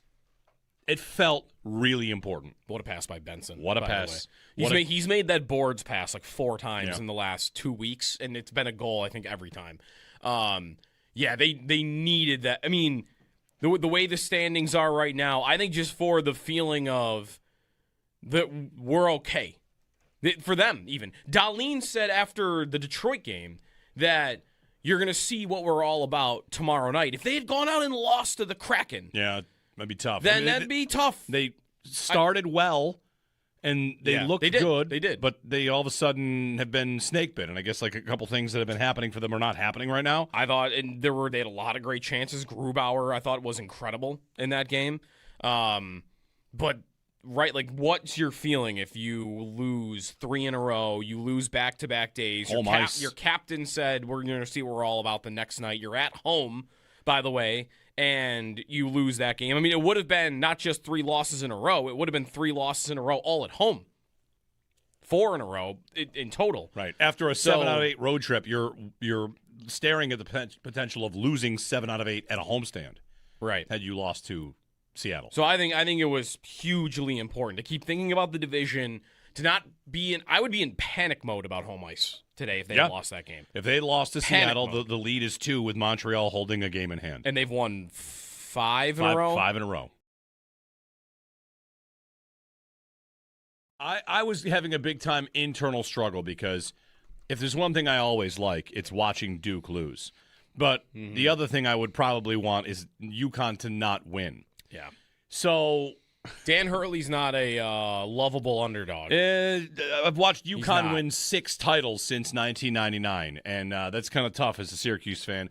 But whatever.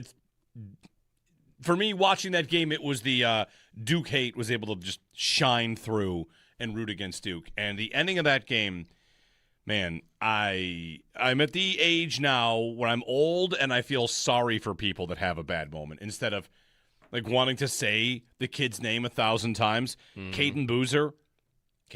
Man. Carlos Boozer's son. Yeah, there's twins on that team. Yeah, there's twins on the team. Yep. So sad for that guy. His quote after the game is, "I ruined our team's season." Yeah. And the answer is like, yeah, you did. Yes. Yeah. That's exactly what happened. Any one of the guys on the court that touched the ball before he did could have done something different and just held on to it. He's looking to throw it up for an emphatic dunk, slam, exclamation point, which, happens plenty. But UConn, with the press, with the trap, they're like, ooh. Just hold it. Just hold it. They're going to follow you. I know. Right? Like, I was. You're going to go to the free throw line and you're up 2. Not to say it's top of mind all the time. I thought, as the game is collapsing, I thought 13 seconds. I thought it's that level.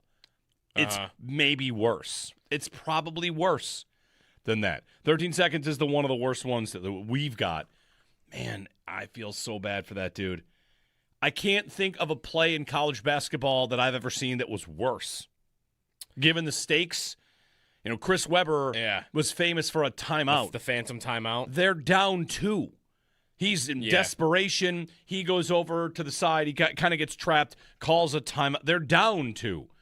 You are up 10. You have survived the onslaught from UConn. Your 19-point lead you've been holding on to for dear life. You've got it. You made it there. Mm-hmm. Get to the free throw line, hit your free throws, burn the clock, whatever, make it a 2-possession game. Mm-hmm. And the only thing you couldn't do was what they did, throw the ball up and have it be turned over.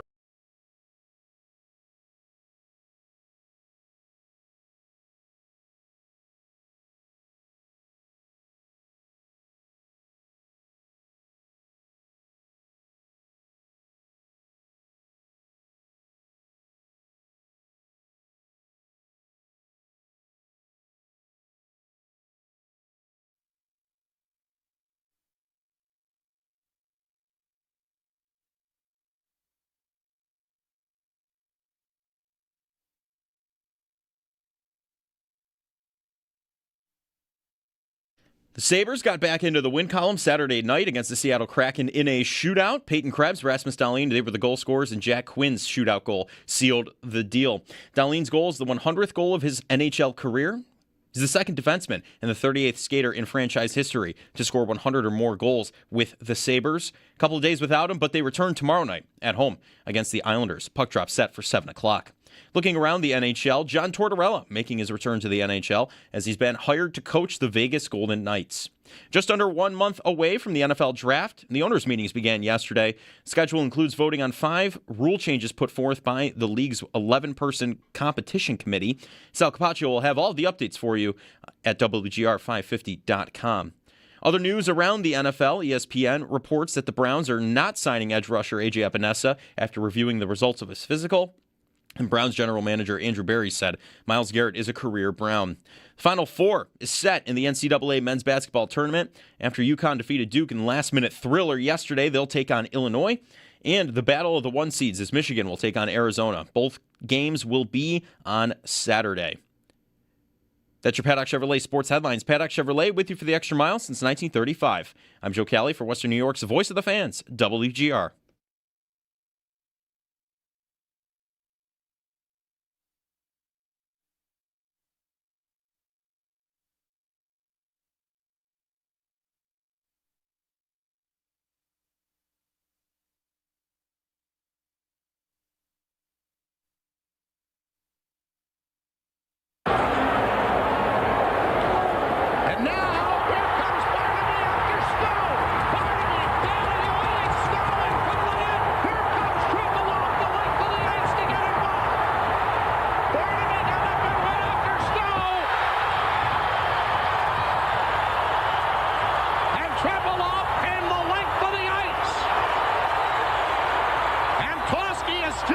Wrestling with the linesman in the corner, and Snow gets back on his feet, and now he comes over. He wants after Triple-Off. Here's Snow and Triple-Off going at it. Down to the ice they go with Triple-Off on top of Snow as they roll around. Meanwhile, behind the net, another battle is between Barnaby and Brindamore, or where the net should be. Now Snow is firing some punches, and here comes Triple-Off trying to get back on his feet again. Barnaby and Brindamore are still grappling, and now here comes Antosky to get involved again. He comes over, and the referee warns him away. Kohler comes over in that direction. Here's Desjardins. And Barnaby mixing it up. And now Barnaby behind the net, and Brindamore tumbled to the ice again. And the officials really have their hands full now. Barnaby and Brindamore are still trying to get their arms straight and toss some more punches, and now they get back in it again in the circle. This is like a 3-ring circus as Triple-Off and Snow are steered apart by the referee Wolka. 30 years ago yesterday, Sabres-Flyers line brawl, 30 years ago. That's one of the all-time highlights. There's a lot happening there. A lot going on. Now the referees have their hands full. The great, funny. of course, RJ, Rick Jennerad on that call. 30 years ago, Sabres-Flyers line brawl. And that game, or that brawl, has I mean, it might be the funniest, most amazing single thing I've ever seen in a brawl. Because Barnaby is laying on the ice. Yes. And yes. He's waiting. He's waiting for Snow specifically to do something. However it all works out. Snow gets in there with a stick, and he pops up, and it is just... He's the Undertaker. It's incredible. Yeah. Absolutely incredible. Good morning, everybody. Jeremy and Joe here on a Monday. Temperatures climbing, spring, upon us, hopefully out of the really cold temperatures. Yesterday was nice, and today looking like it could be equally nice for the next couple days, so enjoy it. High of 60 today, 62 tomorrow, 60s this weekend. Speaking of fights, are we setting up for a week from tonight to be a lot of fights again? Fight night with Tampa? Are we feeling like that's going to happen again? I don't know. And it won't happen to that degree. Will we get 50% of what we got in that game? You might think it's not planned, and then all it'll take is one sideways hit, and things will go on tilt again. And remember, Logan Stanley did not play in that game. So will Logan Stanley make sure to throw at least one hit at – he's going to find Hagel. Is he not? Did he not say that he has it, or did someone say that he said he has that date circled on the calendar? I mean, I want to say he better, right? Yeah.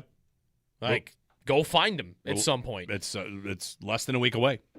803-0550 Sabres and Islanders tomorrow. We're talking a little bit about 3-on-3 overtime and whether or not it needs tweaking or changing and fixing. And now that I've seen that the Champions Hockey League in Europe has the no return rule, it exists in a professional hockey sense and can be administered and can be sold. Yeah. No return rule. You cannot carry it out of your offensive zone on purpose. If you do, it's a D-zone draw for you. It's done. All right. So we'll talk about this for 20 more years, and the NHL will talk about it like it's not necessary. Again, like it's not necessary for some of these overtimes, but, man, Saturday was my breaking point for 3-on-3. Mark in Tonawanda. Hey, Mark, good morning. Hey, good morning, fellas. You guys playing back that Barnaby in that line brawl. I mean, Joe, I don't know if you can relate, Jeremy. I'm sorry, I'm closer in Joe's age, but it was when YouTube was first kind of making it big, and I remember sitting with my dad and him showing me all these 90s brawls, and that's what really got me into hockey. And it was just incredible and fell in love with it that way.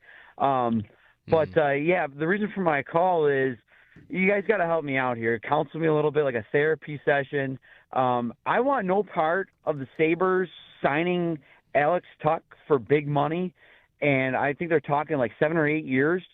I think that'll really hurt the team because I think even these last couple of games, he's cost us at least 2 games, Anaheim, and then he took another stupid penalty. But I don't want to lose him either at the same time. I really, really like him. So I'm torn, and I need your guys' help. I'm going to have to listen. Thanks, fellas. I think, let's put it this way. What would you, if he wasn't on the team or he had a different name, what would you think of the idea of after this season they just had saying, all right, let's go sign the number 1 free agent available on July 1st? Would that be appealing to people? That's an all-in move, right? Let's go get better. Yeah. Because Alex Tuch, Matt Larkin ranked the top 50 free agents at Daily Faceoff the other day. Who's his number 1 free agent on July 1st? Alex Tuch. All right, without the best free agent? Without trying to take anything away from Alex Tuch, the top free agent it's winning a contest of guys that get to free agency because the best players never do. And last year that's Nikolai Ehlers. It's good players, but it's very rarely a superstar. I mean, if you go back to the last time the Sabres added the best free agent on the market, who is it? Kyle Oposo. Right. Who didn't make it to market? Steven Stamkos. Right? Yep. It is you win a competition of the guys that teams aren't bringing back. And the fact that he's not signed yet, even with Yarmo coming in, new voice, new decision, they're closer maybe has been some of the report. I don't know. Mm-hmm. I think with Tuch, what you might get, hockey is no game does it like this. Once you decide you're watching one player, you see everything they do bad. You just decide, I don't like Owen Power, or you whatever. Not decide, but you get it in your head you don't like Owen Power. Guess what? Every single thing he does, you will now see. And I think a contract year and a public one like this one, whatever, where we've been watching it for a full year. You have been watching Alex Tuch for a full year every night asking, is that an $11 million shift? Is that an $11 million shift? And that is a really tough standard for anybody to live up to, right? The case you're making is obviously this is a really good player. Should they keep a really good player?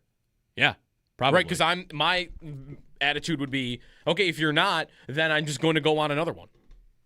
Like, he's my best winger on the entire team. He's my third best player. I'm a great team.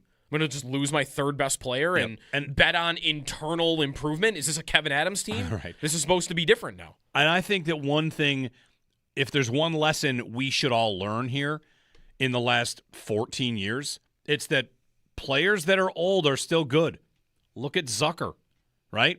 Sure. Zucker, how old is Jason Zucker? When the Sabres signed him. He's 34 now, I think. 34. To his first deal, it was, wow, that guy's kind of old. Yep. And actually, he can still play. He's still good. Well, and it's defining what a success is. Like, because for me, like, and this is a part of Zucker, like, Zucker, you're not signed to an 8-year deal, but if I had signed him to a 4-year deal and he had these 2 seasons and then the next 2 didn't go very well, I would still consider that a success. Yeah. Like, that's the bet a lot of good teams make. I will figure out what to do with a bad contract down the road. That's been true, by the way, when the cap has been flat. And the cap going up point, to me, only increases the movement that I can. I mean, the talk last week about how Winnipeg and Columbus and some of these small market teams are worried about being able to fill up their books because the revenue is out chasing them. And, like, I am going to find somebody to take on an Alex Tuch cap hit in 5 years if it's not going well by that point. And I don't know that it even will go poorly. I think he is one of the best players on the team, and $11 million in 3 years, 4 years, when it's going to be punishing for me, I'm going to find a way to move that, and the cap's going to be $130 million. By percentage of the cap, it'll be the Norris deal. In 4 years, the deal will be the Norris contract. Except right now, an older of cap. player, because Norris is considerably younger. He's also more injury prone. But sure, right, that's right. True. Like, I think the best counterpoint about why I wouldn't pay Tuch right now is because I'm going to make another run at Robert Thomas. And I'm not doing both of those things. Yeah. If you want to tell me that's why you would not sign Alex Tuch today, all in. I'm going to wait on Tuch and even maybe play it off as, we're still talking and, we're figuring out the years and the bonus structure. You're leaving a door open. What you're really doing is you're delaying because I can't take another run at Robert Thomas until 2 months from now. So the idea for Jarmo here is like, sure, we're close, keep the relationship good, maybe we'll hammer this thing out, and then you get to the offseason, get a lay of the land. Can I acquire a player like this instead? Right. And then that's a better idea even than Tuch is. Yeah. Like, all right, well, I'm not going to do this because I went out and traded for this player instead. 803-0550 and 1-888-550-2550 to join us. Should they have pulled Lyon against Detroit? I would have. Going back to Friday? I would have. I mean, they didn't really allow any more shots, so I'm not sure it mattered after that. You don't even have to make it about him. Right, no. It was an opportunity. Your team was dead asleep, and you can get Colton Ellis some action, which he never sees. While I would have, did they not wake up? They dominated the second period. They should have scored 3 goals in that period. 5-on-5 after the first, they killed them in that game. They just couldn't finish. Same thing with Saturday against the Kraken. They just couldn't finish. They played well, I thought, for the majority of it. But I would have got Lyon out of there in a heartbeat after the first period he had against Detroit. I thought he looked terrible. Yeah, like I guess the goal that I would have wanted by pulling Lyon was accomplished anyway. Like, so while I would have done it, I was going to want to do it to wake them up. They woke up. Well, they were far and away the better team. If I could give one more thing you could have gained, are they going to go to the playoffs and alternate, we think? Mm-hmm. Is Colton Ellis my backup for playoff games? That's a good question. And if he is my backup for playoff games because the other guy needs time away and like, hey, get to the gym, don't sit on a cold bench, all the stuff we've gone over, then I might want one chance for Colton Ellis to come off the bench and go in. See how that goes. In that kind of spot. Like, hey, we might have a playoff game where after the first period, we look terrible. It's 3-0. I'm going to pull the goalie. And the Sabres have lost playoff series to teams that made goalie switches. That's Carolina. That's Philadelphia. Is that a card that you would pull at any point during the playoffs? Hopefully no. But if you're going to, Colton Ellis might want a shift or two off the bench. It's going to happen at some point in the playoffs. If they go on a run, they will need to pull their guy at some point. That's just the way the game goes. So I wouldn't be surprised. Get more of your phone calls. 803-0550. Jeremy and Joe. Owen Parker here. Joe Kelly here. Sabres play the Islanders tomorrow. And it feels like a big one with Tampa and Montreal playing. Going to talk about who to root for in that game. I don't think it's. I don't. I'm think gonna it's, need to make a decision on that. I think it's tough. I think I got my answer. 803-0550. 1-888-550-2550. A real race for the one spot in the division, in the conference, for home ice. Join us here on WGR.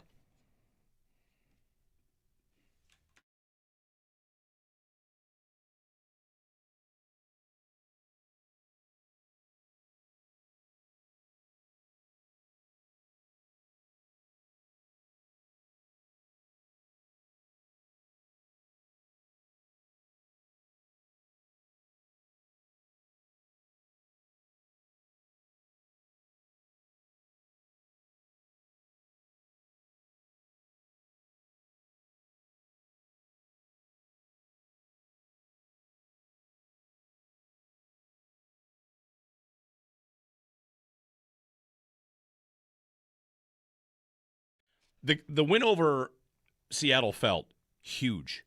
Really, maybe for my psyche. The Krebs goal is maybe as loud as I've been in 5 years. Yeah. That felt massively important. Yeah. Like, that's one there of those was ones, relief behind that goal. Yes. Yeah. When they start to gain this, they get in there and Benson makes that play. When it's on Krebs' stick and it looks like it's a 2-on-1. Jeremy, what are you here for? Shout. FanDuel Sports, gotta have it. And then he buried it, and I'm like, nuts. It felt really important. What a pass by Benson. What a pass. He's made that boards pass like 4 times in the last 2 weeks, and it's been a goal, I think, every time.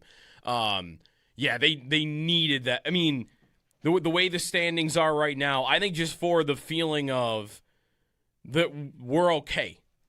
For them, even. Dahlin said after the Detroit game that you're going to see what we're all about tomorrow night. If they had gone out and lost to the Kraken. Yeah, that'd be tough. Then that'd be tough. They started well, and they looked good. They did. But they all of a sudden have been snake bit. And I guess like a couple things that have been happening for them are not happening right now. I thought, and they had a lot of great chances. Grubauer, I thought, was incredible in that game. But, right, like, what's your feeling if you lose 3 in a row, you lose back-to-back days? Your captain said, we're going to see what we're all about the next night. You're at home, by the way, and you lose that game. I mean, it would have been not just 3 losses in a row. It would have been 3 losses in a row all at home. 4 in a row in total. Right. After a 7 out of 8 road trip, you're staring at the potential of losing 7 out of 8 at a homestand. Right. Had you lost to Seattle. So I think it was hugely important to keep thinking about the division, to not be I would be in panic mode about home ice today if they had lost that game. If they had lost to Seattle, the lead is 2 with Montreal holding a game in hand. And they've won 5 in a row? 5 in a row.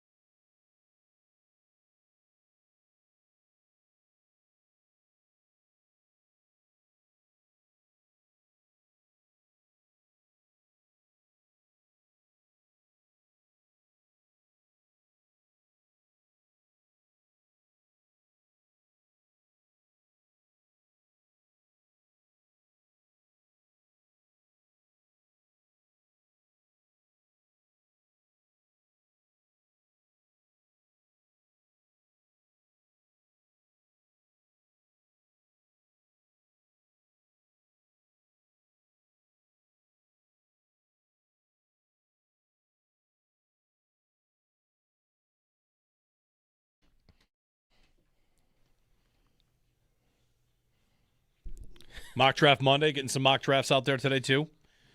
Good morning, Jeremy and Joe. Is Ty Simpson the most interesting thing for most people in mock drafts?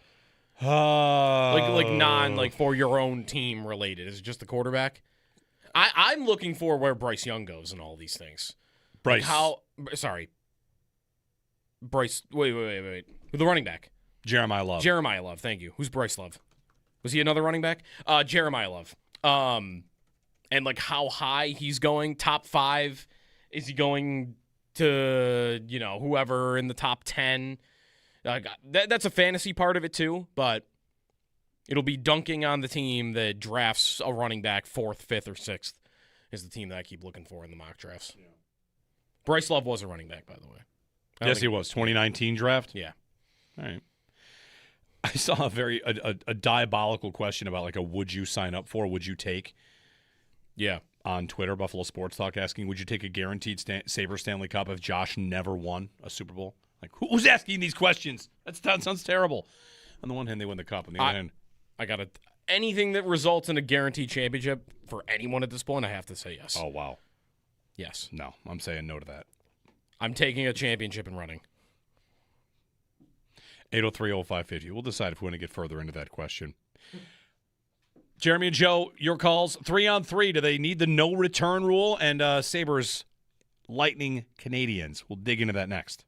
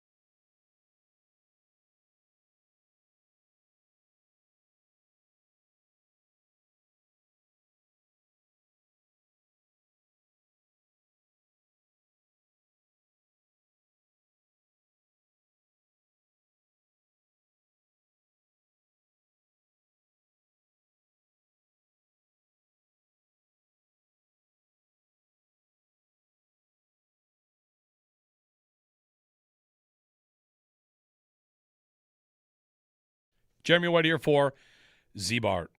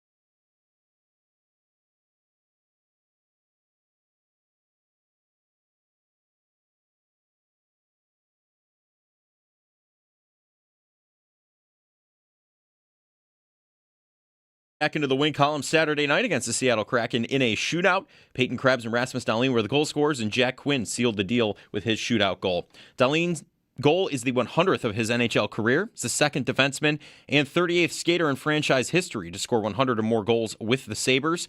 It's a couple of days without the Sabres, but they return tomorrow night at home against the Islanders with puck drop set for 7 o'clock. Looking around the NHL, John Tortorella making his return to the NHL as he's been hired to coach the Vegas Golden Knights. Just under 1 month away from the NFL draft, and the owners' meetings began yesterday. The schedule includes voting on 5 rule proposals put forth by the league's 11-person competition committee. Sal Capaccio will have all the updates for you on our website, WGR550.com. Other news around the NFL. ESPN reports the Browns are not signing edge rusher A.J. Epinesa after reviewing the results of his physical. Jets head coach Aaron Glenn says there's no doubt about it. Geno Smith is their starting quarterback. And Browns general manager Andrew Berry said Myles Garrett is a career Brown. The Final Four is set in the NCAA men's basketball tournament after UConn defeated Duke in a last-minute thriller yesterday. They'll take on Illinois. And in the battle of the 1 seeds, Michigan takes on Arizona. Both games will be on Saturday. In the MLB, Yankees are off to a hot start, sweeping the Giants. Shutout performances. They're back-to-back in action tonight in Seattle, taking on the Mariners at 9:40. Blue Jays 3-0 as well, taking on the Colorado Rockies tonight at 7:07. The Red Sox take on the Astros at 8:10, and the Mets take on the Cardinals at 7:45. In the minors, the Bisons 1-2 after opening against the Rail Riders. They're back in action against the Syracuse Mets tomorrow with a 1:05 first pitch, and the Red Wings open up 2-1 in their series with the Jumbo Shrimp. Back in action against the Rail Riders tomorrow at 4:05. It's your Paddock Chevrolet Sports Update. Paddock Chevrolet with you for the extra mile since 1935. I'm Joe Cali for Western New York's Voice of the Fans, WGR.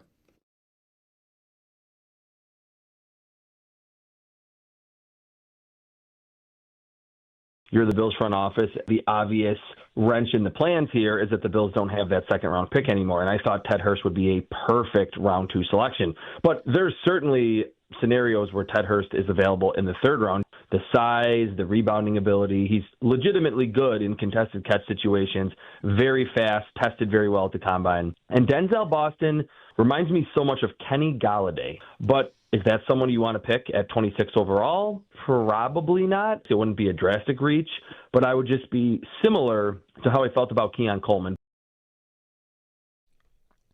Chris Trapasso, it's closer and closer to the NFL draft. Will be 3 weeks from Thursday. Tends to be a mock draft Monday. We'll see who drops some mocks. NFL owners meetings run this week as well. Sal Capaccio will be joining us at 9 o'clock. We asked him to get up early. They're out in Phoenix this week. And coaches, lunch, brunch, AFC coaches, breakfast, and all that stuff. The coaches' picture, rules proposals, maybe some trade stuff. Basically, every story in the NFL today is a GM or a coach talking about how the great player that is wildly speculated about being traded will not be traded. That's Garrett, and Howie Roseman also said about A.J. Brown, he's a Philadelphia Eagle. All right, great. We'll see if either one of those guys get moved anywhere, but that's where it sits for now. Yeah. We've been talking this morning about the Duke-UConn game from last night a little bit. We opened with that. And a lot on the Sabres and 3-on-3, whether or not 3-on-3 could use a tweak. That's basically just me upset about Saturday. They wanted a shootout. That part's great. But, man, 3-on-3 was tough to take, and I feel like as someone who consistently wants to I'm just here for ideas to try and improve leagues. And I feel like the NHL should look at their 3-on-3 and how games like Saturday happen and think, is there a rule so we don't have that? Mm-hmm. This everyone out for a skate? Because it was not, to my eye, it was not great. So you can join us on either one of those things, 803-0550. One thing we have not yet gotten into, and we'll do that quickly here and get back to your phone calls. So the Sabres play the Islanders tomorrow, and Tampa plays Montreal. Yeah. Who should we want to win that game? Let's assume we want it to be a 2-point game, not an overtime 3-point game. Who should we want to win that game? And the short version of this conversation, what are you talking about? You'd want a Montreal to win so you can catch Tampa. Sure. You do play Tampa again this week, Sunday. You're tied with Tampa. Montreal is 4 back with a game in hand. Basically, what you'd be going for is, am I gunning for the division win? Mm-hmm. Yes, of course. Mm-hmm. But do I also want to protect against falling back into the 3 where I'm on the road to start the playoffs? I'm thinking about starting the playoffs at home as my primary, what I want them to get done. Yep. And with that, I think I want Tampa to beat Montreal. I think I thought about this a lot in the last hour or so because I came in thinking no, I want Montreal to win. I want the division. I'm shooting high. I still control my own destiny for Tampa. And even though that gap is closed to 4 with Montreal, they have a game in hand. They have a game in hand too. I still like my odds to stay above them. It's just a little too close for comfort. It's close. So I think I'd be rooting for Montreal tomorrow. I think I'd be able to root for Tampa It's tomorrow. tightened up. Then, of course, there's shouldn't I gun for the easier matchup in the playoffs? Montreal, not an easy matchup. Yeah. The Sabres have done well against Montreal this year. Boston, Columbus, those are the 2 wildcard teams right now. I don't know if you worry more about just getting a home game to open up, having home ice in that round, or listen, if you win the division, you get home ice in the first 2 rounds. And potentially in round 3 because the Sabres and Hurricanes are also tied with 98 points. Buffalo's just played 1 more game. So the 1 seed in the conference is still there. Yeah. Never mind the division. And here I am worried about Montreal, but I really am. I want that first home game. I really do. I know. There also is the idea of avoiding Montreal. And that is there for me too. That is a value. I do not want the Sabres to have to play the Canadiens in the first round. Ideal would be Tampa and Montreal play in the first round. I would love that. That would be the best. If you want that, I think you root for Montreal tomorrow so the Sabres can beat the Islanders and be back in front by themselves. By the way, Tampa has there's also a slim chance, I know, but there would be some chance that disaster strikes and Montreal wins the rest of their games or most of them and they win the division. And now I have to play the Lightning. In the first round 1. I don't want that. That's possible. I don't want any part of that. They're not that far back. It's also worth mentioning the Lightning have pulled into a tie on regulation wins with the Sabres. Right. 37. You had the tiebreaker on some of these teams, and Tampa and Buffalo are tied on regulation wins right now. Montreal's 7 back. Because really, if Montreal won tomorrow night and the Sabres lost, what are we coming in on Wednesday morning thinking? Series with the Lightning in round 1 is really on the table now. Those 2 teams play again, by the way. Montreal and Tampa, I think, in a week. Okay. Or a week and a half. I don't know, is the best for them to split the 2? Probably.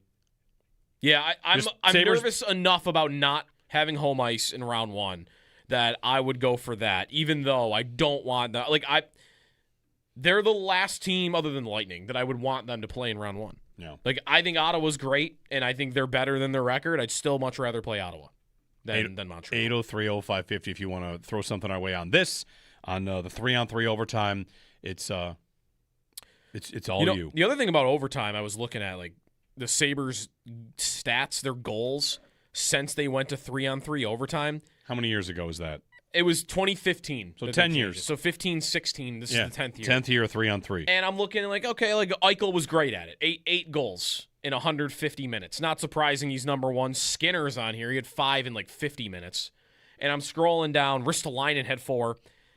And Tage is way down the list with 2.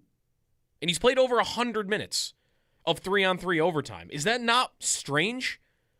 He's been on the team a long time. He's almost always the first guy they put out there. He scored for them in a 3-on-3 overtime twice, and that's it. That part of it goes to I don't think their players are very good in 3-on-3 overtime. I don't know what it is. Maybe it's the skating. Maybe it's the possession style. Losing battles. I don't know what that equates to, but your best offensive player for 5 years has given you 2 overtime goals. Right. Yeah, looking at overtime, and we've talked a lot about overtime today and 3-on-3 in general. Tampa has 5 overtime wins. Yeah. The Sabres have 3. You might get to the end of the season where the division is won by who was better at 3-on-3. Right. And I know, hey, there's 82 games, and that's slicing it kind of thin. That's right, but you have it where, Carolina has 8 overtime wins. Yeah. That's how they are 98 points. So. Right. They only have 33 regulation wins. Mm-hmm. 803-0550, our phone number. The Islanders have 10 overtime wins. So don't go to overtime tomorrow? Yes. Well, if you do, listen, you're going to be mad, but hold on to the puck for 5 minutes. She seems skate around. 0-0 shots. We're going to go to the shootout. Play for the shootout. They should. Why shouldn't they? They stink in overtime. They're great in the shootout. They should play overtime to get to the shootout. Why shouldn't they? I mean, you make the case they should. I'm trying to get people in the seats to be entertained. I'm not out here to watch the sport in the offseason. I'm not here to watch a learn to skate program on a Saturday afternoon because these two teams don't want to take a shot. People are going to feel great if they do nothing for an overtime and then win in the shootout tomorrow. Listen, they're going to feel great. I'll be thrilled that they win in the shootout. The Islanders in the shootout are 4-5. Yeah, that's where to beat them. Yeah, there you go. Well, it might depend who the goalie is too. That's true. Ryan in the car. They play tonight. Ryan, yes. Good morning. Hey guys, can you hear me? Yeah. Yes. All right, perfect. So I'm calling about the overtime 3-point system, all that. I think what they need to do is implement the 3-point scoring system. Right now, I feel like there's nothing that incentivizes teams to, go for the win in overtime, shoot out, nothing like that, as each team gets a point. Sorry, just stopping my run. And I think what they need to do for overtime is similar to college football, where each team, like the home team, gets a power play. And whether that's 4-on-5 or 5-on-4, 5-on-3, 4-on-3, it'll open up the ice. It'll incentivize teams to go for the win. And you might even see teams going for, pulling the goalie if they're desperate for that point. And I think sorry guys. If you're desperate for those 2 points, you got to go for the win. So a perfect example, I think, would be like the Islanders right now. If they get their opportunity on the overtime power play system, they'll have to pull the goalie. They'll have to go for that extra point. But if you get the puck as the defending team and you score, game over. So I think it'll incentivize teams to score. I think it'll incentivize teams to go for the win and not play that dink and dunk hockey that we saw the other night. And I honestly think a good way to do this as well is, if you get like this 2-minute man advantage in overtime, what you then can do is, let the clock run out basically until the other team gets possession, basically like a delayed penalty. But I think it gives both teams a chance to, like if you score a shorthanded goal, game over. But if you also have the man advantage, you also still have, your opportunity to, go for the win, get the extra points and all that. But I think the big issue is right now, there's no teams that, you're not incentivized to go for the win, especially the Sabres, who's, we saw it the other day. Kill the clock. Just get it to a shootout, and that's it. And I think if you have a 3-point scoring system as well, you might see teams going for it all in regulation for that extra point. And then my last point on this whole thing is, in overtime, if no one scores, the third point disappears. So you each walk away with a point, but that third point, magically vanishes. So basically now you want to go for the win. You have to. You can't just kill the clock. You can't just run it down. Like I said, it incentivizes the teams to go for the win, go for the goal, and all that. And I think that's the biggest thing. It's just there's nothing incentivizing teams going for the 2 points. Thanks, Ryan. Thanks for the phone call. I think we've seen a lot of people and a lot of numbers on that. Michael Lopez, Stats by Lopez, is one that was like the first to point this out a while back, where the likelihood of a goal getting scored in an NHL game, when you get to the 15-minute mark, it craters. Yeah. Teams stop really pushing. It just absolutely craters as they just accept overtime. I think I love the power play idea. It's basically the college football overtime. I think I love it. I don't know what you want to do. You each get a 2-minute 5-on-3. To score as many as you can? No, not even that. Like, if you score, now it's their turn. And if you kill it off, you win the game. What if they score That would be so dramatic. It would be, I think the crowd would be into it. There would be desperation. You would know, all right, the Sabres went first, and they scored. And here come the Islanders. The Sabres are scoring on the power play in this scenario? I know. Well, you made fun of them 5 minutes before, so they did score. That's right, good. Yeah. Where do they rank right now on the power play? Probably like 16th. Okay. So let's say we open up overtime. It's Sabres 5-on-3. They score a minute in. All right, bang, you got your goal. Now the Islanders go to a 2-minute 5-on-3. And if I kill this off, game over. And the seconds are winding down, and Malenstein's throwing himself in front of shots, and the crowd is on their feet. Like, that would be amazing. And they're not allowed to pull their goalie? Or it doesn't matter? You can't go 6-on-4 if I got a 5-on-4. Yeah, I don't know. Unless you're saying. No, you're not allowed. Now to. we're getting complicated. Too complicated. You don't need to. You're not allowed to. Yeah. It's 5-on-3. I think that would be incredible. And then if they both score, then we'll just go to 1 minute 5-on-3s until we get that wouldn't last forever. You'd get goals. You think it would last forever? Yeah, I think it could last forever. I mean, a good power play scores what 25% of the time. Yeah, but what about on a 5-on-3?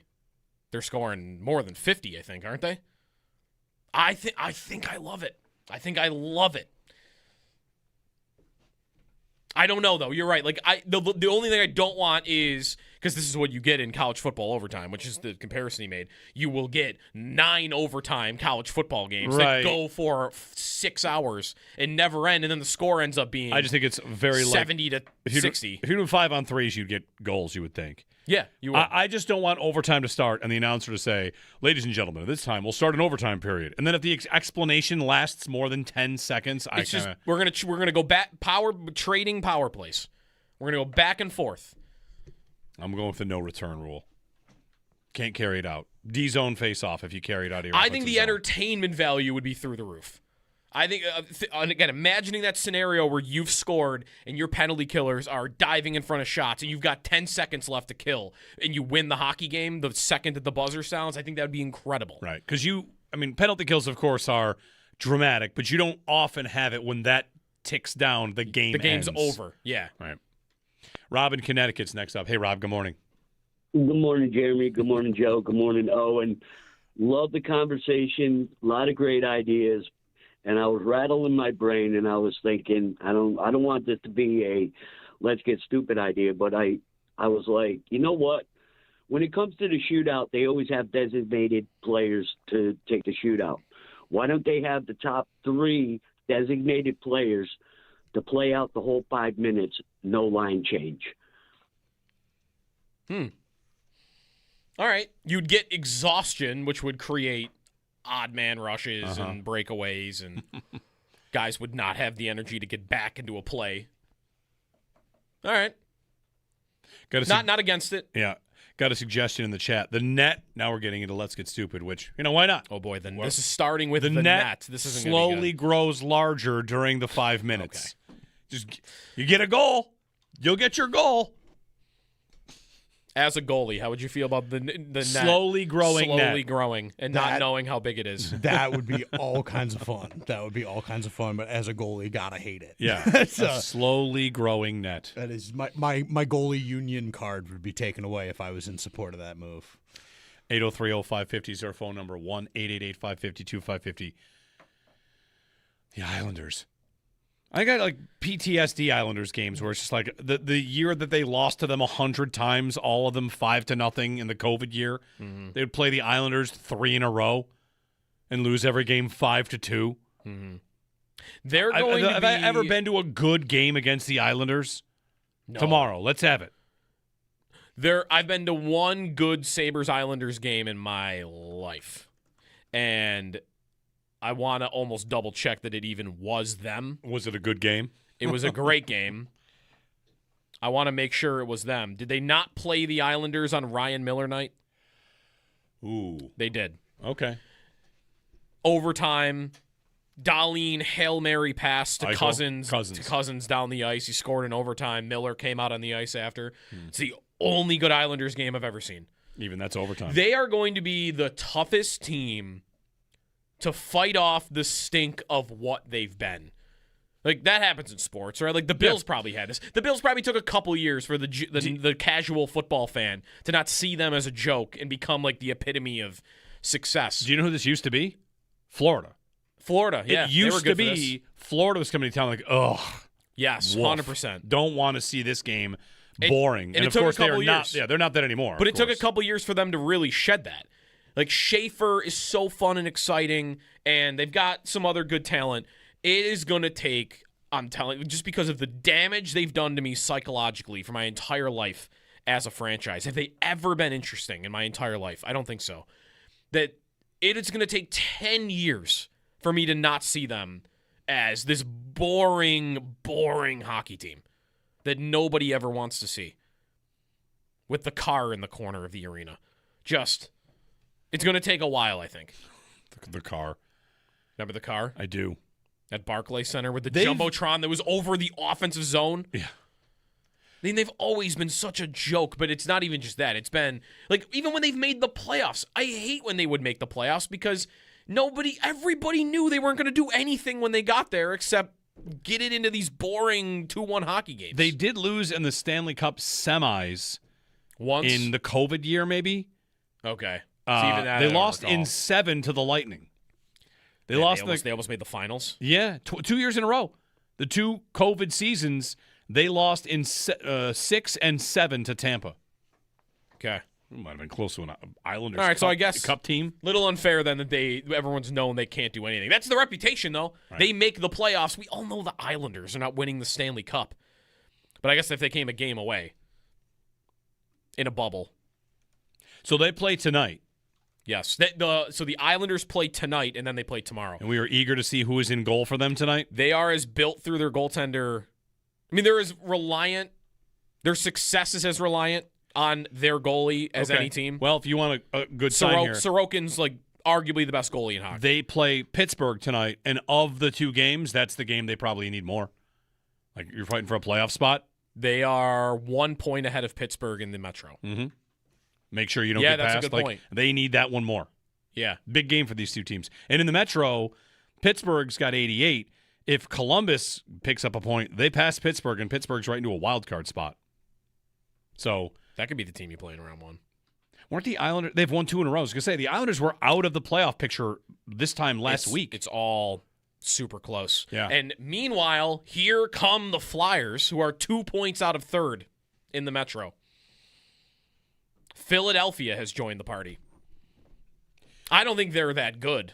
No. But they're hot. They've won like 9 of 11 or something. 8-1-1 in their last 10. 8-1-1 in their last 10. We haven't gotten too much on Vegas firing Bruce Cassidy and going with Torts. As they're about to make John the playoffs. Tortorella is just on standby whenever a team is going to fire a coach. Before the Sabres got hot and we thought maybe Lindy could step away when Yarmo got the job, they joked about it on the panel. Are you getting calls out of Buffalo? Are you getting reservations? Because he's so ready to just take a job. Vegas? It's a pretty good job to get if you're Tortorella. Yeah. I would say right now. I mean, I respect how cutthroat they are. Would you consider that cutthroat, firing Cassidy? Yes. It's part of their standard. Their standard is, we're going to the playoffs, but we know we're not playing that well right now. We need to change. And also the Oilers aren't that different from this. I mean, they didn't fire their coach, but what did McDavid say a week ago? He got asked, like, well, it's nice, though, that at least, you're still in second in the division, even though you're not playing well. I was like, it's a giant pillow fight. Like, you want me to say, like, that's good? That this is this way? Like, that's how Vegas is approaching it. I don't care that we're going to the playoffs with 86 points. 86 points. Our bar is the cup. And I do have a lot of respect for franchises that are willing to be like that. Bruce Cassidy has made the playoffs in every single season he's been a coach for the full time. That's Washington. Wow. He got fired in Washington after 1 year making the playoffs and going to the conference finals. He got fired the next season after a slow start. But in Boston, 6 playoff appearances. In Vegas, 3 playoff appearances, including the Stanley Cup. And it would have been a 4th playoff appearance this year. The Devils used to do this all the time, didn't they? Yeah, fire a coach right before it. Right before the playoffs. Pittsburgh did it. It's happened in the NHL where you fire a coach and then go very far in the playoffs. Is the year Bilesma wins it. Bilesma won the Cup? He takes over midseason for Michel Therrien, I believe. Okay. And Jacques Lemaire did it for New Jersey, right? Like Larry Robinson. Did he put himself in his coach? He might have. Larry Robinson's another name. Not Jacques Lemaire. Or maybe he fired Jacques Lemaire. It was Lou Lamoriello that put himself as the coach. Yeah. Yeah. 803-0550, our number, 1-888-550-2550. Lenny, quickly. Hey, Lenny, good morning. Good morning. Hey, the goalie net idea is kind of cool if you think about it. I picture Looney Tunes and Bugs Bunny being the referee on that. Yes. That would be kind of funny. No, I think the answer to the overtime isn't even the overtime. I think it's the emphasis on winning. You love this idea. 3-2-1 point idea. You get 3 points for a win. You go to overtime. You get 2 points for the win. No 1 point. You don't earn that 1 point until you go to a shootout. Okay.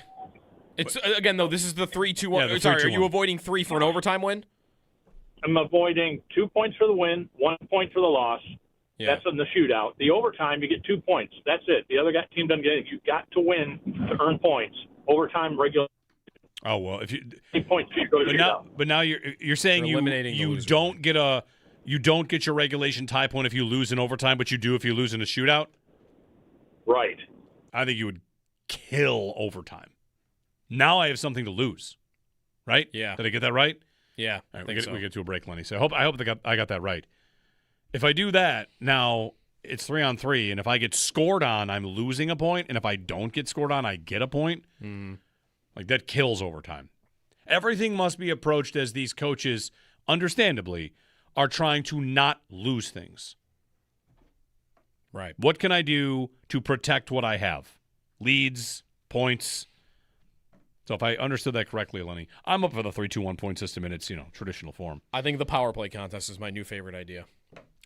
Power play contest. It's my new favorite idea. And how about we have, ladies and gentlemen, the power play contest. How about we have both power plays going at the same time First on one to either score? ends of the ice, and the first to score wins? Which one would I watch? How could you watch you'd both? have to go. It's like tennis. You'd have to go back and forth. It'd be tough to watch.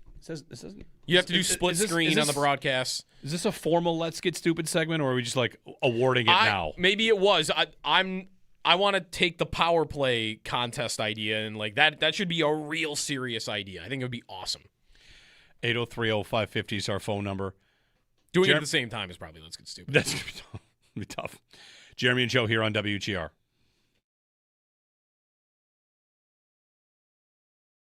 The Stanley thing is such a it's really interesting to watch play out because it's Stanley versus Metsä for all of us, right? That's our mindset, is that it's that. I know that Timmins is in the Metsä spot, but that's the difference of the two players that we're talking about. Is like Logan Stanley is a giant mutant mean defenseman that really can't skate that well, has some problems taking way too many penalties. And Zach Metsä is the undersized, quietly effective guy that you worry might get pushed around. And it's like those are the two sides of the hockey world, right? And we're seeing it play out. And I think that it's going to be really interesting to see where they end up on that in that battle.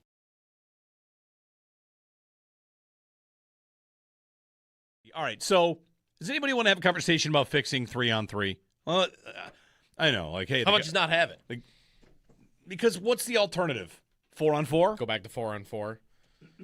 But is it the whole idea that I want to not have shootouts? Which is the 3-on-3 exists to not have shootouts. Right. And if we could have this conversation, here's your job, 8030550. Don't call and say just have ties. The league's not going to do that. You can also say the league's not going to change anything, and you're probably right. I don't want to argue about the 3-2-1 point system. I don't want to argue about whether or not they should even have ties. Can 3-on-3 be tweaked and or fixed or foolproofed? How's that? Mm-hmm. Because Saturday's 3-on-3 between the Sabres and the Kraken was a disaster. A total disaster. And it was not entertaining. It was... I mean, I liked it from the Sabres' perspective because Seattle had one shot attempt the entire overtime. Sure, but it was watching the NBA in the 1950s when there was not a shot clock. It was terrible. I want a shot clock. A shot clock. How do we administer it? How do we get it in there? I want a shot clock on 3-on-3. You gain the zone. You have 10 seconds to shoot it. And if you don't, then it's the other team's puck. You're just going to drop it right to them behind their goalie. They make a rush. Mm-hmm. I know that hockey doesn't often have a protocol for a whistle that isn't immediately a face-off. Yeah. But you don't shoot it, it's their puck. We're just going to we're going to get the puck back to them. They're breaking out of their own zone. I want a shot clock in 3-on-3. I don't know that I hear that a lot, and I don't know that shot clock is going to be the solution that a lot of people think it is. You won't be able to bring it out of the zone. I know, but I think if teams are not in a good position to get a shot, they're not going to shoot it. They're going to dump it in, and then you're going to get basically punts because they're not going to want to be out of position. Fine. So then I get a rush. If that happens that way, do I get 20 rushes? because I'm going 3-on-3 back the other way. But you might get 20 rushes and you might get 10 shots and 10 you dump it in because I want to make sure I'm in good position defensively. What we have is these teams are killing. They go into penalty kill mode. I know. In 3-on-3. I know. It's a 3-man penalty kill.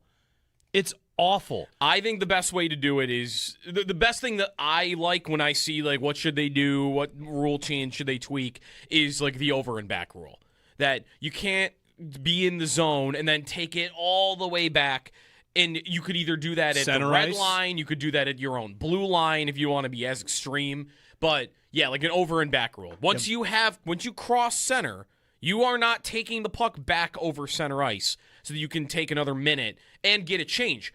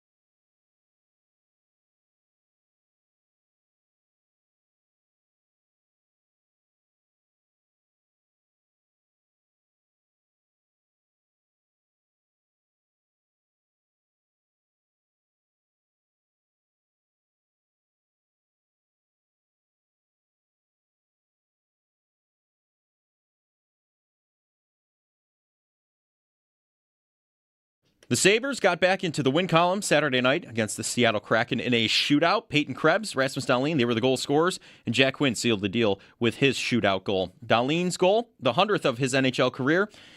He's the second defenseman and 38th skater in franchise history to score 100 or more goals with the Sabres. A couple of days without the Sabres, but they return tomorrow night at home against the Islanders with puck drop set for 7 o'clock.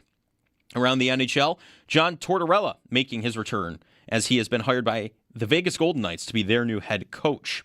Just under 1 month away from the NFL draft, and the owners' meetings began yesterday. Schedule includes voting on 5 rule proposals put out by the league's 11-person competition committee. Sal Capaccio will have all the updates at WGR550.com, and he joins Jeremy Joe coming up at 9. Other news around the NFL, ESPN reports the Browns are not signing edge rusher A.J. Epinesa after reviewing the results of his physical, and general manager Andrew Berry said Myles Garrett is a career Brown. Jets head coach Aaron Glenn says there's no doubt about it, Geno Smith will be their starting quarterback. The Final Four is set in the NCAA men's basketball tournament. UConn defeated Duke in a last-minute thriller yesterday in a big comeback. They'll take on Illinois in the battle of the 1 seeds as Michigan will take on Arizona. Both games will be this coming Saturday. In the MLB, the Yankees off to a hot start, sweeping the Giants. 2 shutout performances. They're back in action tonight in Seattle, taking on the Mariners at 9:40. Blue Jays are 3-0 as well, taking on the Colorado Rockies tonight at 7:07. Red Sox take on the Astros at 8:10, and the Mets take on the Cardinals at 7:45. In the minors, the Bisons are 1-2 after opening their series against the Rail Riders. They're back in action against the Syracuse Mets tomorrow, 1:05 first pitch. And the Red Wings open up 2-1 in their series with the Jumbo Shrimp. They're back in action against the Rail Riders tomorrow at 4:05. Join Bulldog and WGR in the fight against cancer by riding with the WGR Ride for Roswell team on Saturday, June 27th. When you sign up, you'll get a rider gift from WGR and Tom's Pro Bike on Walden Avenue in Lancaster. Not riding? You can still make a difference by donating to any of our team members. Every dollar goes directly to Roswell Park. Get all the details at WGR550.com. That's your Paddock Chevrolet Sports Headlines. Paddock Chevrolet, with you for the extra mile since 1935. I'm Joe Cali on Western New York's Voice of the Fans, WGR.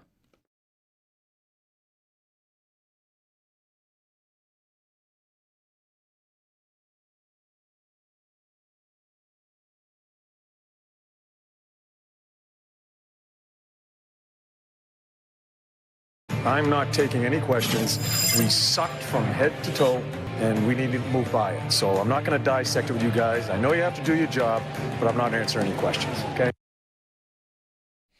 Some classic John Tortorella, new coach of the Vegas Golden Knights. It should be fun. I guess so. I mean, at some point, he's got to stop getting these jobs, right? I mean, how many stops has he had now? Ooh. Philly, that's Rangers. Yeah. The Lightning. Columbus. Is there another one? You're one away. Vancouver. I got them all. You got them all. I'm a certified torts expert. And now Vegas. So his fifth team, and he's been coaching since 2000. Yeah. And he's 67 years old. All right. 803-0550. Back to your calls in a moment. NFL owners meetings, the most interesting rule change that they will be voting on, in my opinion. Like, I've got the list of changes. There's nothing really that interesting this year. I agree. Yeah. The big story is going to be replacement refs, which they are onboarding replacement refs. Yep. I would say don't freak out about that just yet. But the tush push will not be outlawed. They're considering a tweak to the onside kick rule. Mm-hmm. And they're allowing you to declare it anytime you want. Allow the kicking team to declare it anytime during the game, regardless of the score. Yep. Which I think that should be approved. Yeah. I don't know why it wouldn't. But maybe not. You never know what they're going to go for. And then here's one I think would be maybe most interesting. Trading draft picks 5 years out. That's Cleveland. Yeah. The cap is 3 years. You can only go 3 years out, and they want to extend it. Let's allow trades of picks 5 years out. What's the argument against? That isn't just some version of, hey, if you don't want to, then don't do it. But why don't you want the rule to be 5 instead of 3? Let's open up for more flexibility with trades. You know, maybe you're a team that's good. You support it because you think, I'll trade a pick in 4 years and try to win now. And when that comes home to roost, so be it. But, I mean, I would definitely say yes to this. The only reason you wouldn't is if you are a team that maybe you're a buyer more often than you're a seller, and you don't want some team to start asking you for 4 first-round picks for certain player. Because right now you can't ask for that. Yeah, you can ask There's for a 3. max. Like Russell Wilson gets traded, Deshaun Watson gets traded. Like, there is no asking for, unless you're going to ask for seconds, there's no asking for more than 3 first-round picks. You can't do that, whereas you'd be opening the door to, all right, rule gets approved. You call Cleveland. So is the Myles Garrett? Yeah, we want 4 first-round picks. Well, technically you can trade 4 first-round picks. You just can't trade 4 years out. Like right now the Jets. You'd have to get another one. Right. The Jets have 3 next year and 1 this year. Right, but most teams don't have that's 4 right. available. So the Jets could trade 5, but I guess to that point about the asking prices could go up, it could also just make it where, hey, you want 3 firsts? Okay, 26, 28, and 30.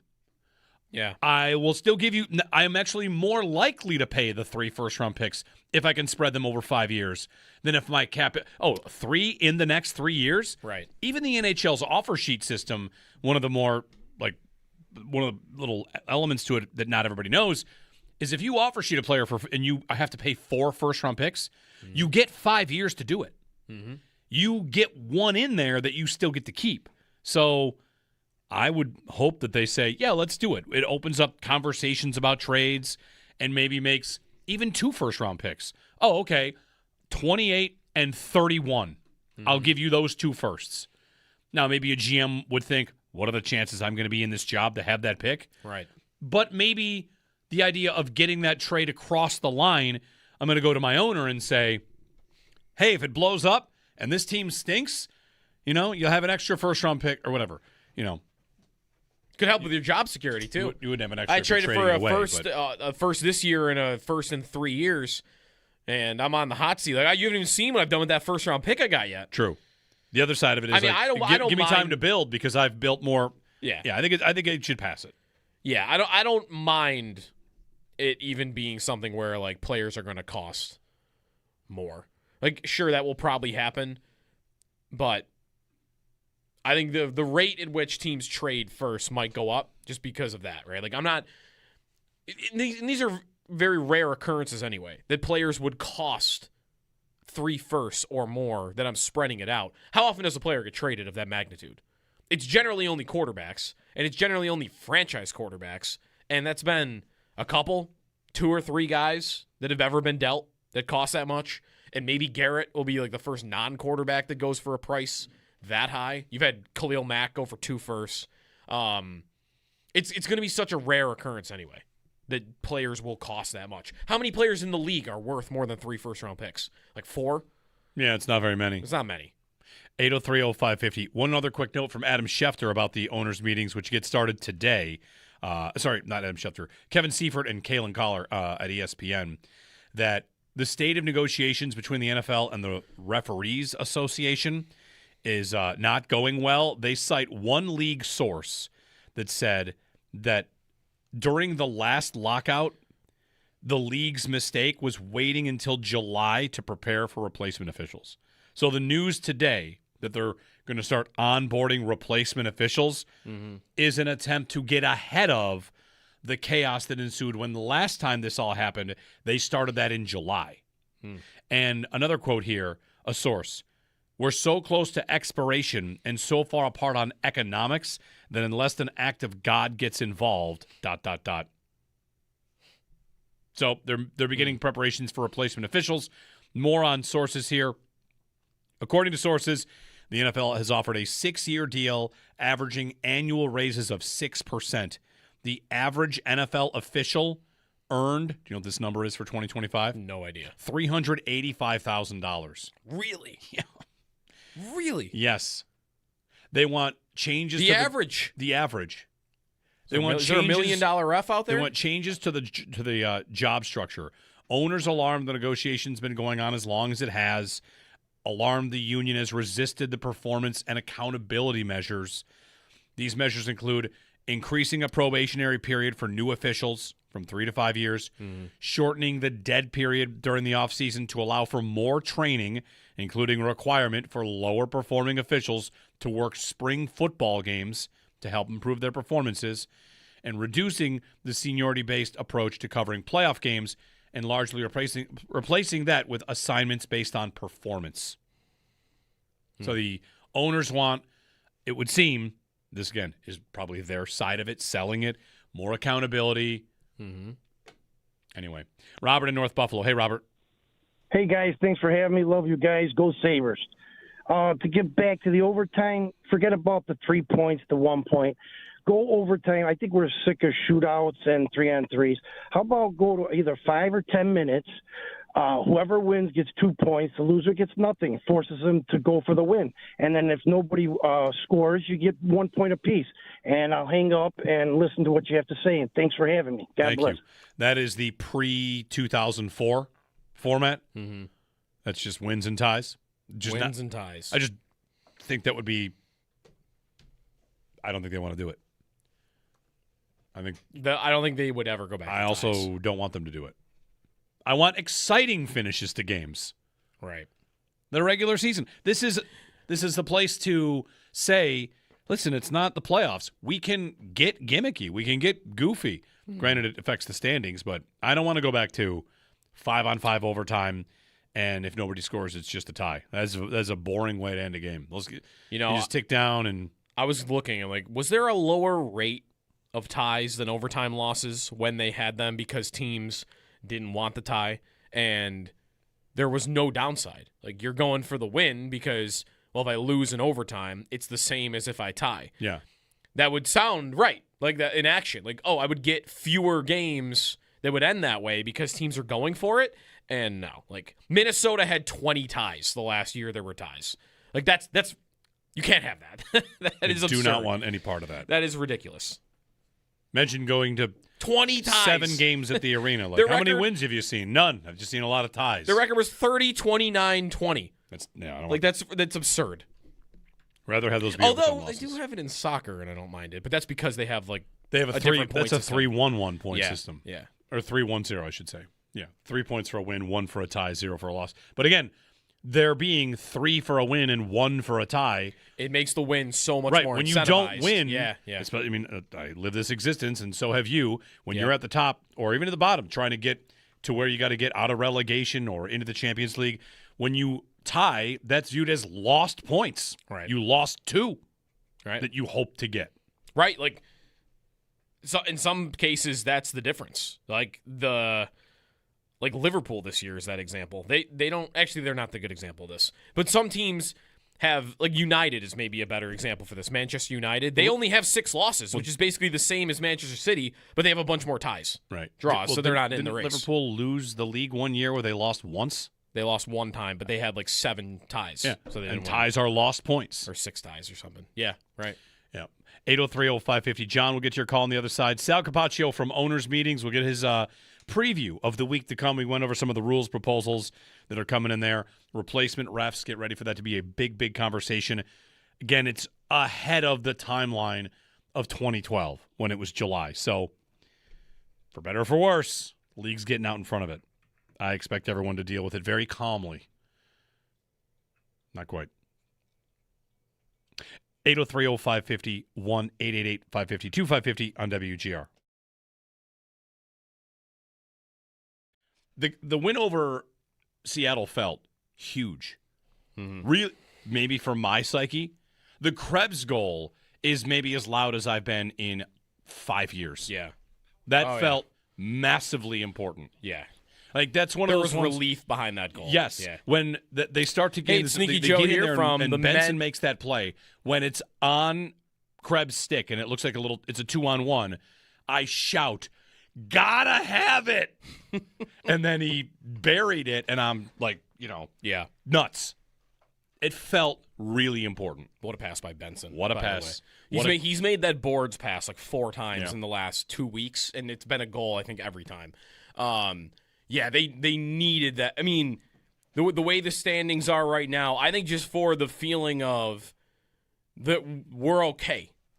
For them, even. Darlene said after the Detroit game that you're going to see what we're all about tomorrow night. If they had gone out and lost to the Kraken, that'd be tough. Then that'd be tough. They started well, and they looked good. They did. But they all of a sudden have been snake bit. And I guess like a couple things that have been happening for them are not happening right now. I thought, and they had a lot of great chances. Grubauer, I thought, was incredible in that game.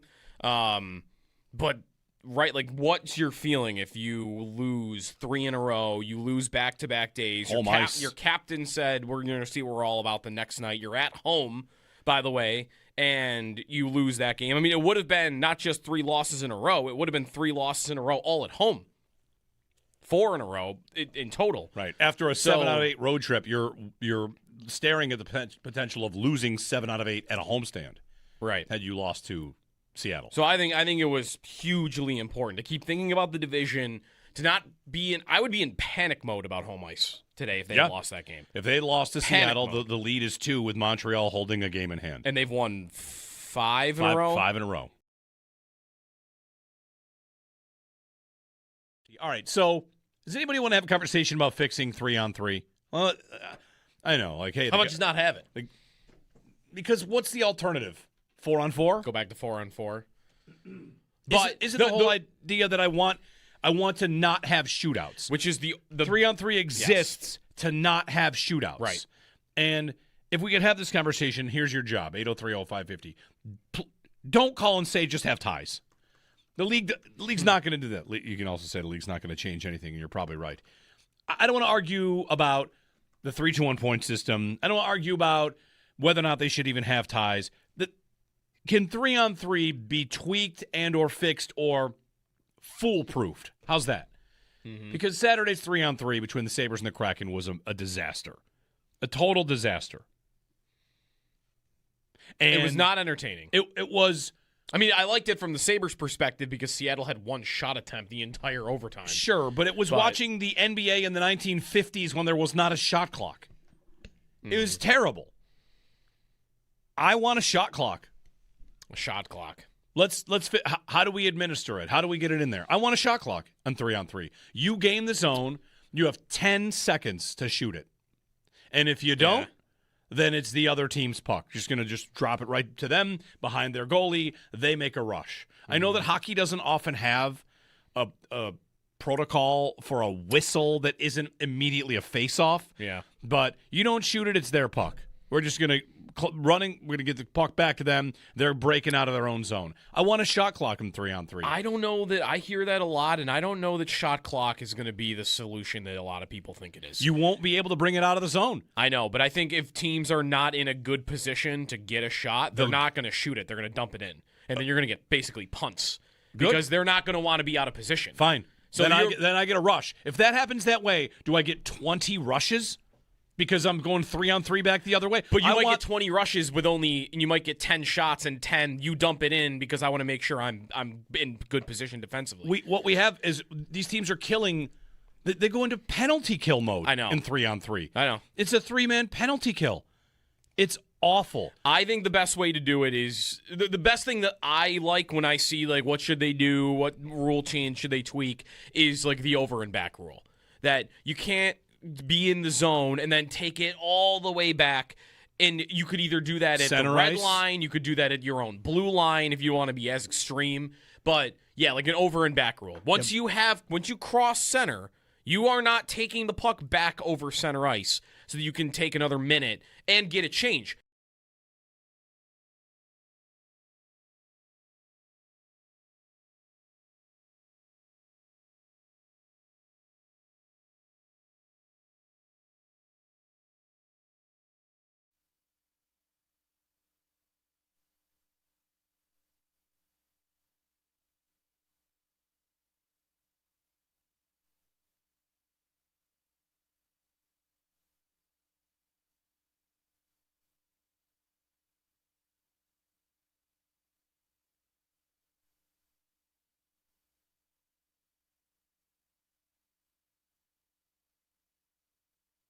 And there's an interesting case to be made on both sides. For one, college hockey is as competitive as it's ever been. The top half of Division I.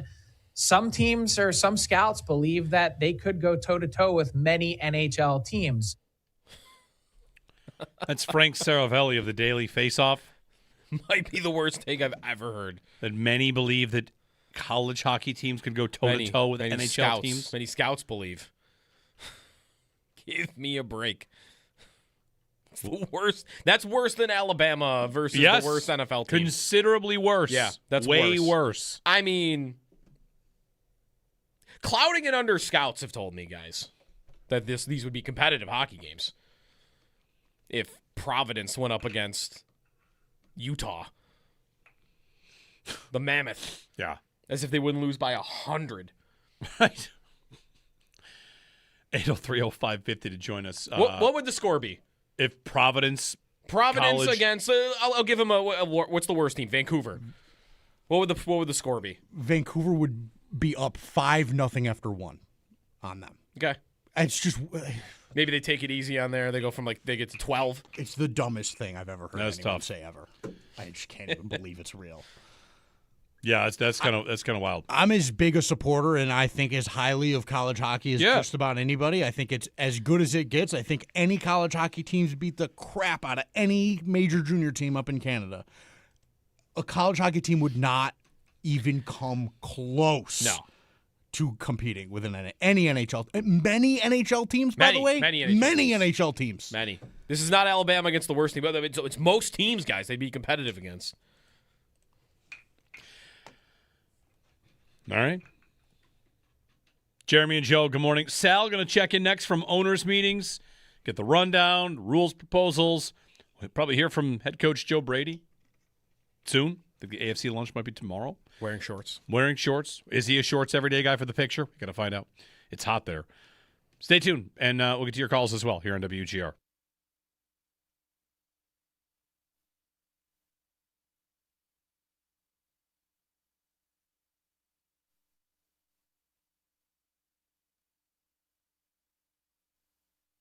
The Stanley thing is such a it's really interesting to watch play out because it's Stanley versus Metsä for all of us, right? That's our mindset, is that it's that. I know that Timmins is in the Metsä spot, but that's the difference of the two players that we're talking about. Is like Logan Stanley is a giant, mutant, mean defenseman that really can't skate that well, has some problems taking way too many penalties, and Zach Metsä is the undersized, quietly effective guy that you worry might get pushed around. And it's like those are the two sides of the hockey world, right? And we're seeing it play out. And I think that it's going to be really interesting to see where they end up on that in that battle.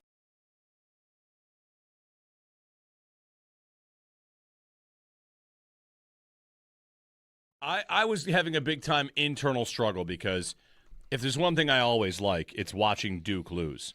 But the other thing I would probably want is UConn to not win. Yeah. So Dan Hurley's not a lovable underdog. I've watched UConn win 6 titles since 1999, and that's kind of tough as a Syracuse fan. But whatever.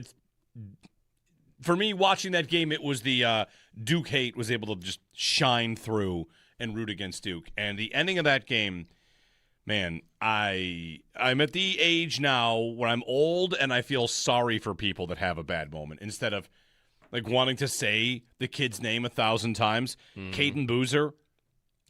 Man. Carlos Boozer's son. Yeah, there's twins on that team. Yeah, there's twins on the team. I am so sad for that guy.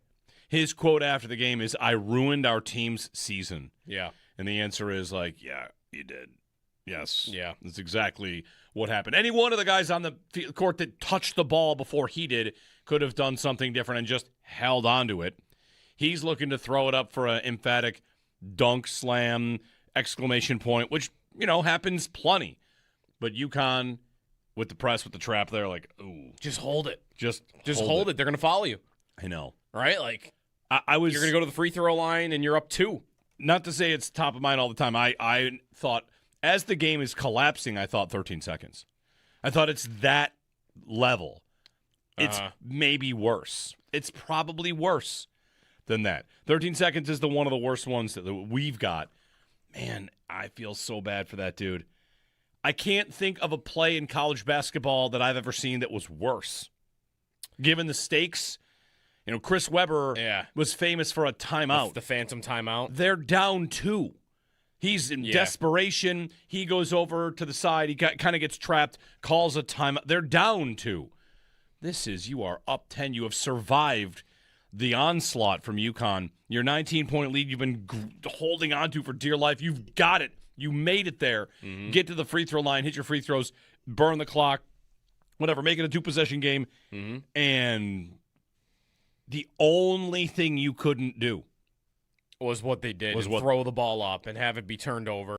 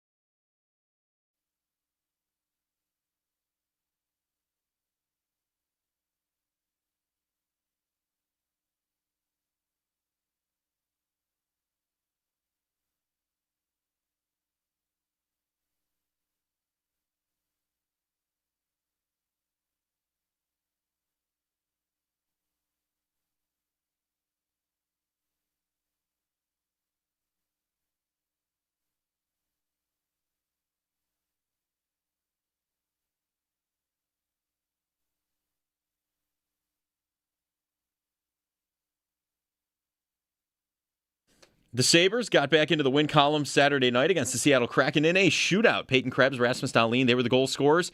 Jack Quinn's shootout goal sealed the deal.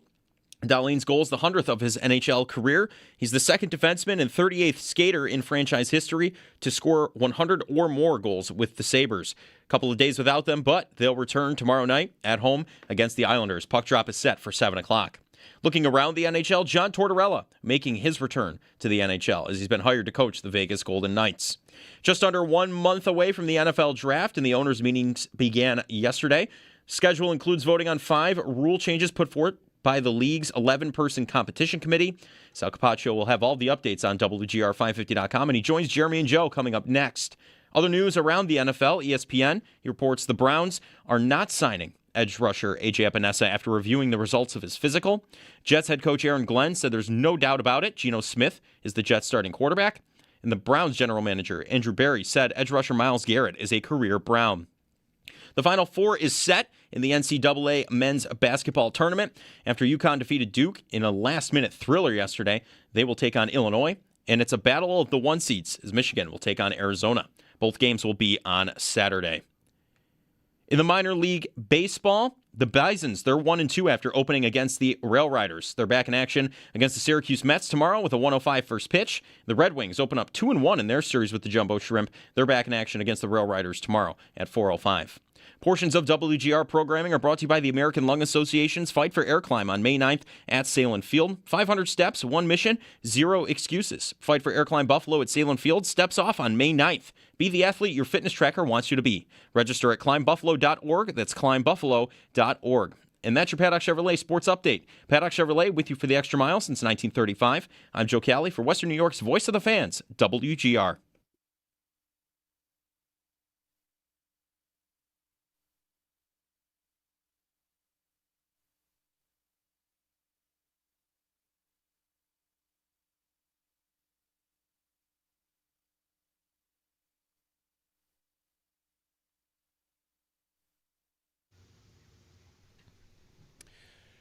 Sal Capaccio joins us from Phoenix. What's the name of the place, Sal? It's a fancy name, right? What is it called? Ha! You mean where the owners' meeting are, not where Sal Capaccio is staying? That's the same spot, I'm sure. Their place is called the what? The somethings, right? Like Arizona Biltmore. The Biltmore, right? That's right. The Arizona Biltmore. Owners' meetings get started this week, and is it what's the temperature at 6 a.m. there in Phoenix? Give us the dry heat rundown. We know the dry heat's different. We know it. No, it's what everybody says, right? It kind of is. So yesterday I got here, really late Sunday night, and then yesterday was 96 degrees, I think. Oof. But honestly, I'm not kidding. It doesn't feel like a 96 like normal because people say it's a dry heat. It is. And in fact, when the wind comes in, it kind of feels good a little bit. You get that wind when it's that hot. Joe, you've been out here before, I think a few times. I don't know, Jeremy, how many times you've been out here. Today, it is going to get to, 93. You asked me what the temperature is right now. It is 74 degrees right now. How many times have I been to Arizona? I think it's at least 4. That might be my number. I think I'm on at least 4 at least 4 times. Anyway, but up there for Sal, I was in Phoenix for the Bills game that Trent Edwards got knocked out. Oh, yeah. I was there for that. And, I've never seen Still the one of only 3 stadiums I haven't been to, and I've said because of COVID and not traveling. Yeah. Arizona, San Francisco, and Vegas, which obviously the Bills will play at Vegas this year. Well, what's the rundown, the itinerary for owners' meetings? We know we have there's the AFC brunch and then the NFC. What's the order? Give us the schedule for the week. It's funny. So it's the coach's breakfast. They don't do a brunch. They do a breakfast. So we are 3 hours behind you guys. So it's 6 a.m. here, and at 7:45 it will be the NFC coach's breakfast this morning, and then tomorrow at 7:45 it'll be the AFC coach's breakfast. And what happens is, in a ballroom inside the Biltmore, and there's a few offshoots of the Biltmore Hotel. It's a pretty big space. In an offshoot, in a big ballroom, I should say, there's all these round tables set up where, kind of like you're at a wedding. You know what I mean? You go to a wedding and you sit at a table with people in a round table. But in this case, you see a flag. I put a picture up yesterday where you could see the flag for Nick Sirianni. And then over here is a flag for, another NFC coach. And then another NFC coach, Mike McDonald, whoever. And the same thing will happen on Tuesday when Joe Brady will sit down. And the local media, basically from that city, just sits down and asks questions for a half hour as if you're at a regular press conference, but you're right there in more of an intimate setting, and everything's on the record. But the cool thing is, like, you can go talk to whoever you want and sit at that table. Like, Brian Dable's not a head coach now, but I would go over and, go and chat with him a little bit or be at his table. Or if there's something you want to hear from someone. And what I like to do, my, kind of strategy is, okay, maybe go and talk to, now this year it wouldn't work because Mike McDaniel is not a head coach anymore. But if he were, I would go and ask him about Bradley Chubb. But DJ Moore is one. So what I'll try to do today is maybe go get Ben Johnson for a question about DJ Moore. What are the Bills getting in DJ Moore? So that's a cool part. So that's happening today, NFC Coaches Breakfast. Now, after that today, in the 8 o'clock hour, they'll be done. And then we are scheduled as a Bills local media to meet with Brandon Beane today. So he'll do a scrum separately. That's not a breakfast, but that's just a local media scrum where it's just us. So we'll hear from him. And then I think today we're hoping that we'll hear from COO Pete Gwelly on not only the Bills but Sabres. And guys, I would say, I'm guessing Pete's going to get a lot of questions about the Sabres and playoffs and tickets and a lot of things like that, not just about the Bills today. Right. Playoff invoices have gone out. Not everyone, I can speak to this, Sal. Like, I have an invoice. We have an invoice, but I don't know the breakdown by round, and I don't know when that's coming. There's just like this one big number for the maximum number of games played. So, the process of selling playoff tickets and who can get them and all that's probably to come soon. So, I think there is something like that out though for season ticket holders. I think, right? Or am I wrong? Not for this season ticket holder. No. I didn't know. Okay. A few people have posted on Reddit what theirs is, but I don't know that everybody has the breakdown. If everybody does, or if somebody at the Sabres is listening, I'll take it. I think some people might, because someone sent it to me. What it looks like. Some sections have that broken down. Maybe. Others don't. Maybe. I don't know. So I do. So you're right, Jeremy. But that'll be a question. Be questions about the new stadium. And the Bills when, events will take place inside the stadium, and then of course you have the league business here, and then you have the rules proposals and changes that are going to be coming in. That's kind of throughout the week from now through tomorrow night and into Wednesday morning. Generally, is when they might wrap up at the latest, and then we'll get an idea of what they voted on, what they didn't vote on. There's TV things that happen sometimes. The league will put out a bit of a schedule thing while we're here. We don't know. Not every year. They might say who the opener is for the Seahawks. They might not. So little things like that happen.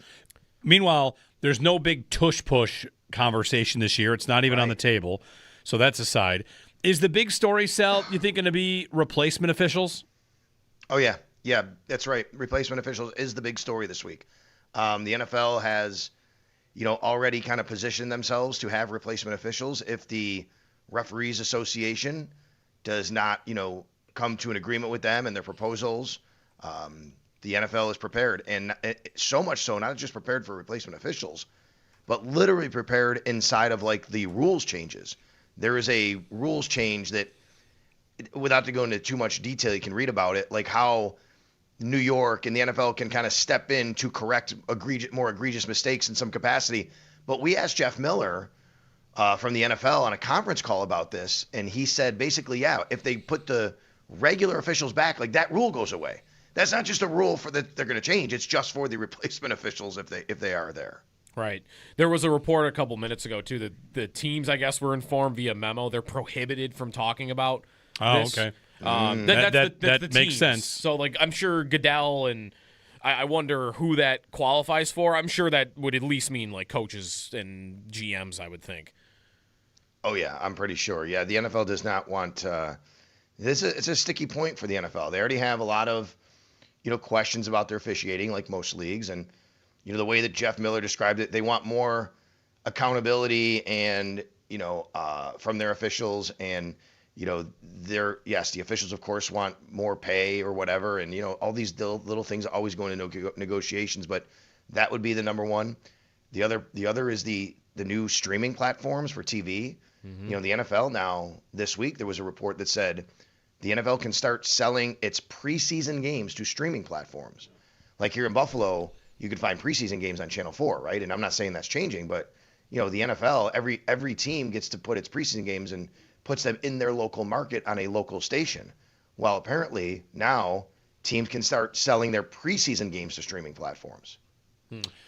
Be interesting to follow that, to see what that ultimately means, and if they're aired on local and streaming, and maybe that'd be good for you might have it sell where the NFL thinks, because you can buy NFL Plus to get out of market. Yes. And maybe what the NFL thinks is actually if we sell, like, what if the entire preseason package got sold to Paramount? And like, hey, why are we trying to get people to pay money when instead I could just get all of the out of market preseason games on one network or one streaming platform? Sure. Like, they might go for that. It's just a different way to kind of look at the idea of preseason games going to a streamer in addition to like local media. The streamer's going to really need to value it, though. Right, like that. right. Like, are you going to fork over billions of dollars for preseason games? I guess that would be my question. No, is, would I are pay? they valued But would that you way? pay $6? Like if we okay, bid for, and then all the preseason instead of being on NFL Plus, where they want what, $100 for that? I'm not paying $100 for out of market preseason games, but a $7 a month subscription, like maybe. Mm-hmm. So right, that's how they get you. Like it's right, like, right, they get you in the door. Right. The years ago, if you guys remember when Monday Night Football went to ESPN, right? Mm-hmm. And I had some friends of mine like, well, not everybody has ESPN. Why would they do that? Because some people don't even have it. And I'm like, well, that's the whole reason you do it. Because it gets people to buy ESPN. It gets people to buy that package into their household if they're just kind of casual observers and they like to watch Monday Night Football. Which, by the way, this year's Super Bowl is on ESPN. You guys know that, right? Yeah. This year's Super Bowl right. is on ESPN for the first time. Now, I'm not totally sure, and I got to look into this, if it's on ESPN and ABC, but I know ESPN is like really leaning into a lot of stuff they're doing leading up to having the Super Bowl this year. Right. In terms of like playing rules, Sal, like we mentioned how the tush push isn't on the table this year. Maybe it's a little bit of a drier year on that, but you do still have some kickoff stuff, right? And I don't know, do you find any of the playing rule proposals all that interesting? Yeah, there really isn't much that's like, oh my God, the fourth down thing the last few years, right? That would come up, like could do a 4th and 12 after a 4th and 20, whatever, a punt or something like that. That's not up. And then no tush push. And it's funny, the NFL was asked again, conference call last week, and there was Ian Rappaport on the conference call, asked Rich McKay, competition committee chair, hey, do you think this ends the debate about the tush push? He's like, no, I don't think so, but there's nothing this year. And I just wonder, guys, is that obviously just the circumstance of the fact that the Eagles just weren't as good at it last year, and the teams aren't as mad, so they're not bringing it to the table? I'm not really sure. That's one thing. How about this? It should easily pass. Remember last year there was a loophole where teams that kicked off like after a penalty, they could just kick it out of bounds and it would help them, not hurt them. Yep. Right? So they're going to kind of close that loophole. And basically say, okay, well, that's not, if you do kick it out of bounds, I think it goes to the 35-yard line, something like that. So don't do that. Yeah, they're going to modify the kickoff, like positioning. This is just for safety, basically. We'll see about that. And then what was the one I looked at? I just want to see if I can. Oh, yeah. There's a thing about like being on the PUP list. If you get on there, the guys can start practicing after 2 weeks. We'll see where that goes, because normally that's not the case. They still wouldn't be able to play until after 6 weeks. So there's a lot of kind of really just intricacies of things that are going to maybe come up through the year that you didn't know might have been voted on here today. I think the most interesting rule proposal, Sal, and I might think this, though, because I'm interested in what happens with Myles Garrett, is the Cleveland proposal about trading picks up to 5 years in advance. And the moment I saw that they were the ones that did that and we had this Garrett contract thing, I thought, oh, that's because they want 5 years of stuff for Myles Garrett, or they want that to be opened. I guess, would you think that passes, or is there any strong argument against opening up that door to being able to trade up picks up to 5 years in advance? It's interesting, Joe. I guess I would have to look at it from one side or the other to think that there's something wrong with it, because I think you could definitely get to, while this would help teams who just don't want to go all in to pay their players and, because they can always say, well, we're rebuilding because, 5 years down the road. You know what I'm saying? Like, you could look at it from that respect. Like, I've seen a pushback from that, which is no. This just lets teams who are bad be bad and not worry about being competitive and use that as an excuse. Well, they traded for, they're rebuilding for the next several years. So I agree with you. It's going to be interesting to see where that goes. There is one rule that it is on the table to declare an onside kick at any point in the game. You guys know you can only do it in the fourth quarter right now. Right. At any point in the game, regardless of time, I think, too. Not really sure, but at any point in the game, they could do that. And then there's a mechanical tweak. I tweeted about this the other day. It sounds weird. It sounds like it might, but the NFL kind of charts everything. They chart, like, all the minutia with the data. And so much so, like, they said, I think points were up slightly last year, 46 from 45 point something. They like where that is. But plays were down. Number of plays were down by a few. Not a lot, by a few plays. So how do they get more plays back into the game? And you know when a player goes out of bounds in a normal situation, not inside like 2 minutes and a half or game or whatever, player goes out of bounds, clock stops briefly, but then it restarts and they reset it. Mm-hmm. And what Jeff Miller said was the clock operator it's already on the books, but they're going to be more enforcing, hey, don't restart the clock until the play clock hits 33. You got to wait 7 seconds from when the play clock starts before you can start the game clock. Because they think, I'm not kidding you, they said they will add 2 or 3 more plays to a game. And they think that will help the game, adding 2 or 3 more plays. We all go, come on, 2 or 3 more plays? Mm-hmm. But they chart everything down to so little that's why it matters to them. Is that one, too, where, like, I guess the way that was set up before, that depending on who had the ball and what stadium you were in, the clock operator could be, like, a little frugal one way or the other? Sure, I guess that could happen. He said that it's actually like what they've always had as a regular, process, but they're going to be more diligent about it and say like, hey, you have to make sure you wait till it says 33 before you start it. And that'll get a couple more plays in. I'm thinking, but plays, maybe we're down plays because kickoffs are longer and taking longer, right? Because there's more kickoff returns now. Mike Schopp said teams are running the ball more, which is right. So I don't know. I don't know if you have to have a certain correlation to necessarily the clock and how they're operating it for that. It's funny, like every time we get into this conversation, Sal, I always appreciate it, like how much points, like that they like to shoot for something. And it's kind of our conversation here. We spent a lot of this morning talking about 3-on-3 overtime in the NHL. Mm-hmm. If you watch Saturday's game between the Sabres and the Kraken, the overtime, how terrible it was. I'm with you, Jeremy. I wanted a shot clock too watching the game. Like, I thought about that. Like, shouldn't we have a shot clock here or something? Mm-hmm. And part of the reason, not to divert, I was watching the Syracuse Duke lacrosse game. Yeah. And they have a shot clock in lacrosse. And I thought about that relating to overtime hockey. Yep. And the reason I want to tie these 2 points together is, sometimes when we have these conversations, people would say like, oh, what do you care? Like, just let them play the game. And the reality is like these leagues do have a vision for what they want the game to look like from an entertainment standpoint. And here, as you're talking about this with the NFL, that's 100% what they're looking at. They're like the tiny finer points to make sure their game is good for people to watch. 100%.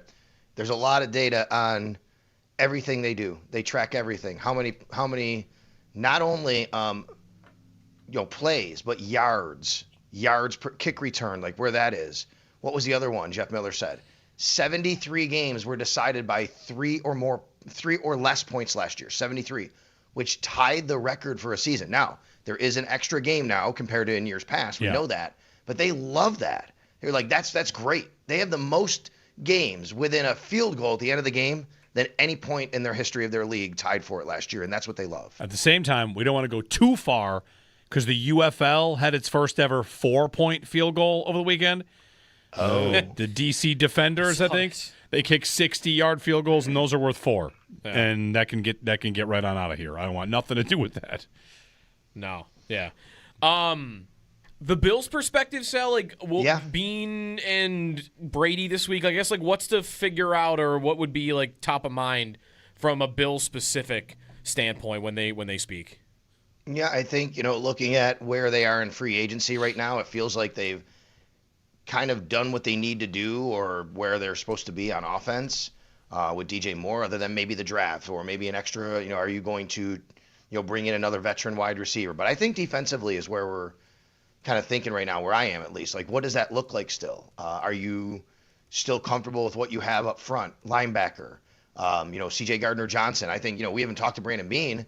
since they signed C.J. Gardner-Johnson. That was a really interesting name for them, right? And a guy that had a lot of, buzz and polarization, I guess, type of player. So, we'll talk and we'll ask him about those kinds of things.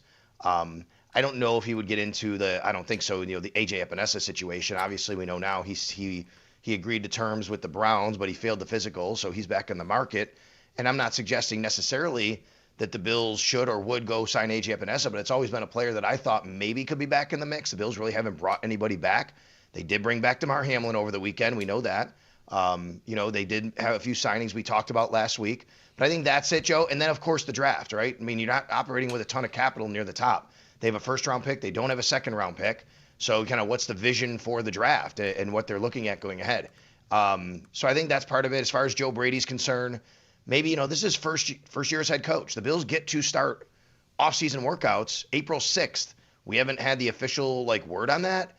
I'm wondering if they will or they won't. That's in a couple of weeks from now. What is the off-season plan for Joe Brady? How does he go about formulating his plan, putting it in place, bringing his coaches together, his players together, and, getting guys, where they need to be by the time that OTAs roll around? Sal Capaccio live from owners' meetings. Thanks, Sal. We'll check in again tomorrow. All right, guys, you got it. Thank you. He's there at the Arizona Biltmore for the NFL owners' meetings. Get a call in here in 1 second. Just want to mention one thing. You think Joe Brady is going to be at that coach's breakfast and think look at this, look at this, look at where I am. I'm at the coach's meeting. That's what I say stuff like that because that's what I would do. I'm here having breakfast with Andy Reid. All right, the other coaches with Andy Reid. You would sit at Andy Reid's well, table. You could say hi. You say hi on the way out, or on the way in. Actually, here's a question: did the AFC coaches have breakfast together today? While the NFC coaches have the breakfast with the media? Because they're going to eat breakfast today. Right. Or is it just to do your own kind of thing? I think you do your own go play some golf? Thing. I don't know. Let's get John in Atlanta here on WGR. John, good morning. Thanks for waiting patiently. Appreciate it, guys. No problem. Thanks for having me, and hope you're having a good morning. If you watch as bad as the Sabres Golden Knights OT was, the Blue Jackets Bruins last night was even worse. It was almost unwatchable. And I like the idea of a shot clock, but I don't think simply turning over possession is punitive enough. What I would propose is a 1-minute shot clock. If a team doesn't attempt a shot within 1 minute, the other team gets a fourth skater. Now that would create the incentive to generate the offense and the scoring opportunities they want. Yeah. Thanks, John. I'd want to make it less than a minute. Then I might only get 5 possessions. Less than a minute, yeah. Add a skater. Yeah.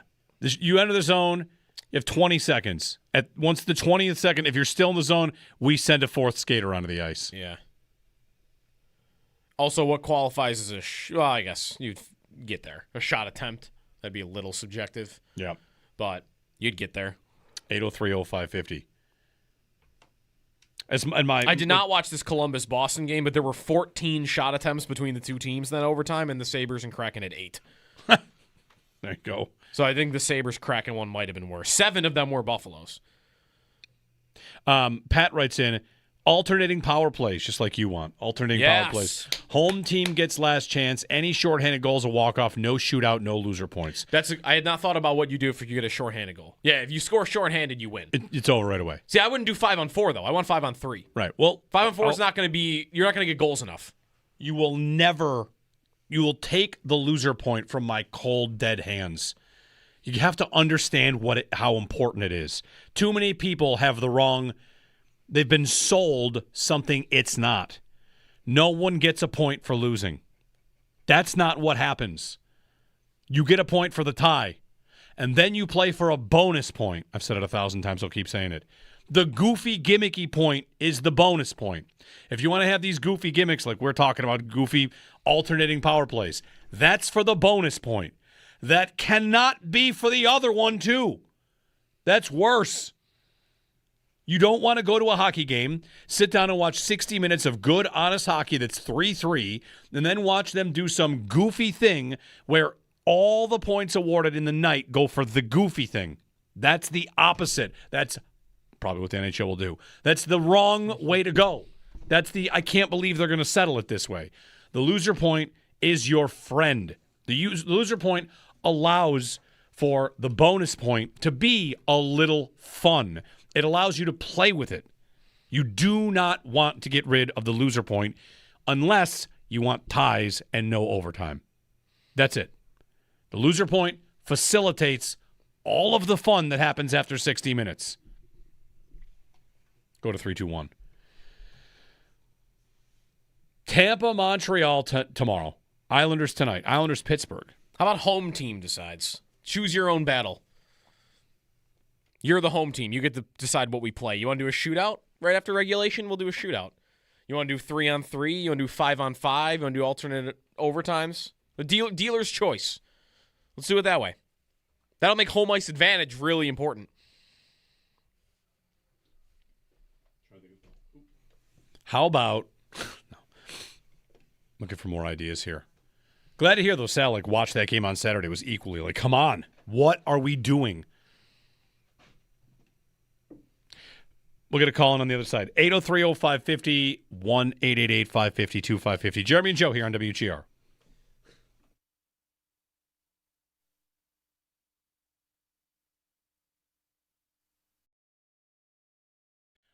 The win over Seattle felt huge. Mm-hmm. Really, maybe for my psyche. The Krebs goal is maybe as loud as I've been in 5 years. Yeah. That felt massively important. Yeah. That's one of those ones, relief behind that goal. Yes. Yeah. When they start to gain this, they get in there and Benson makes that play. When it's on Krebs' stick and it looks like it's a 2-on-1, I shout, "Gotta have it!" And then he buried it, and I'm nuts. It felt really important. What a pass by Benson. What a pass. He's made that boards pass 4 times in the last 2 weeks, and it's been a goal, I think, every time. They needed that. I mean, the way the standings are right now, I think just for the feeling of that we're okay. For them, even. Dahlin said after the Detroit game that you're going to see what we're all about tomorrow night. If they had gone out and lost to the Kraken... Yeah, that'd be tough. Then that'd be tough. They started well, and they looked good. They did. But they all of a sudden have been snake bitten. I guess a couple things that have been happening for them are not happening right now. I thought, and they had a lot of great chances. Grubauer, I thought, was incredible in that game. But, what's your feeling if you lose 3 in a row, you lose back-to-back days? Your captain said, we're going to see what we're all about the next night. You're at home, by the way, and you lose that game. I mean, it would have been not just 3 losses in a row. It would have been 3 losses in a row all at home. 4 in a row in total. Right. After a 7 out of 8 road trip, you're staring at the potential of losing 7 out of 8 at a homestand. Right. Had you lost to Seattle. So I think it was hugely important to keep thinking about the division, to not be in – I would be in panic mode about home ice today if they had lost that game. If they had lost to Seattle, the lead is 2 with Montreal holding a game in hand. And they've won 5 in a row? 5 in a row.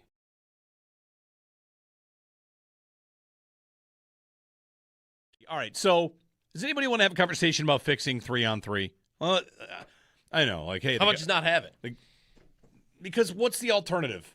4-on-4? Go back to 4-on-4. But isn't the whole idea that I want to not have shootouts? Which is the 3-on-3 exists to not have shootouts. Right. And if we could have this conversation, here's your job, 803-0550. Don't call and say just have ties. The league's not going to do that. You can also say the league's not going to change anything, and you're probably right.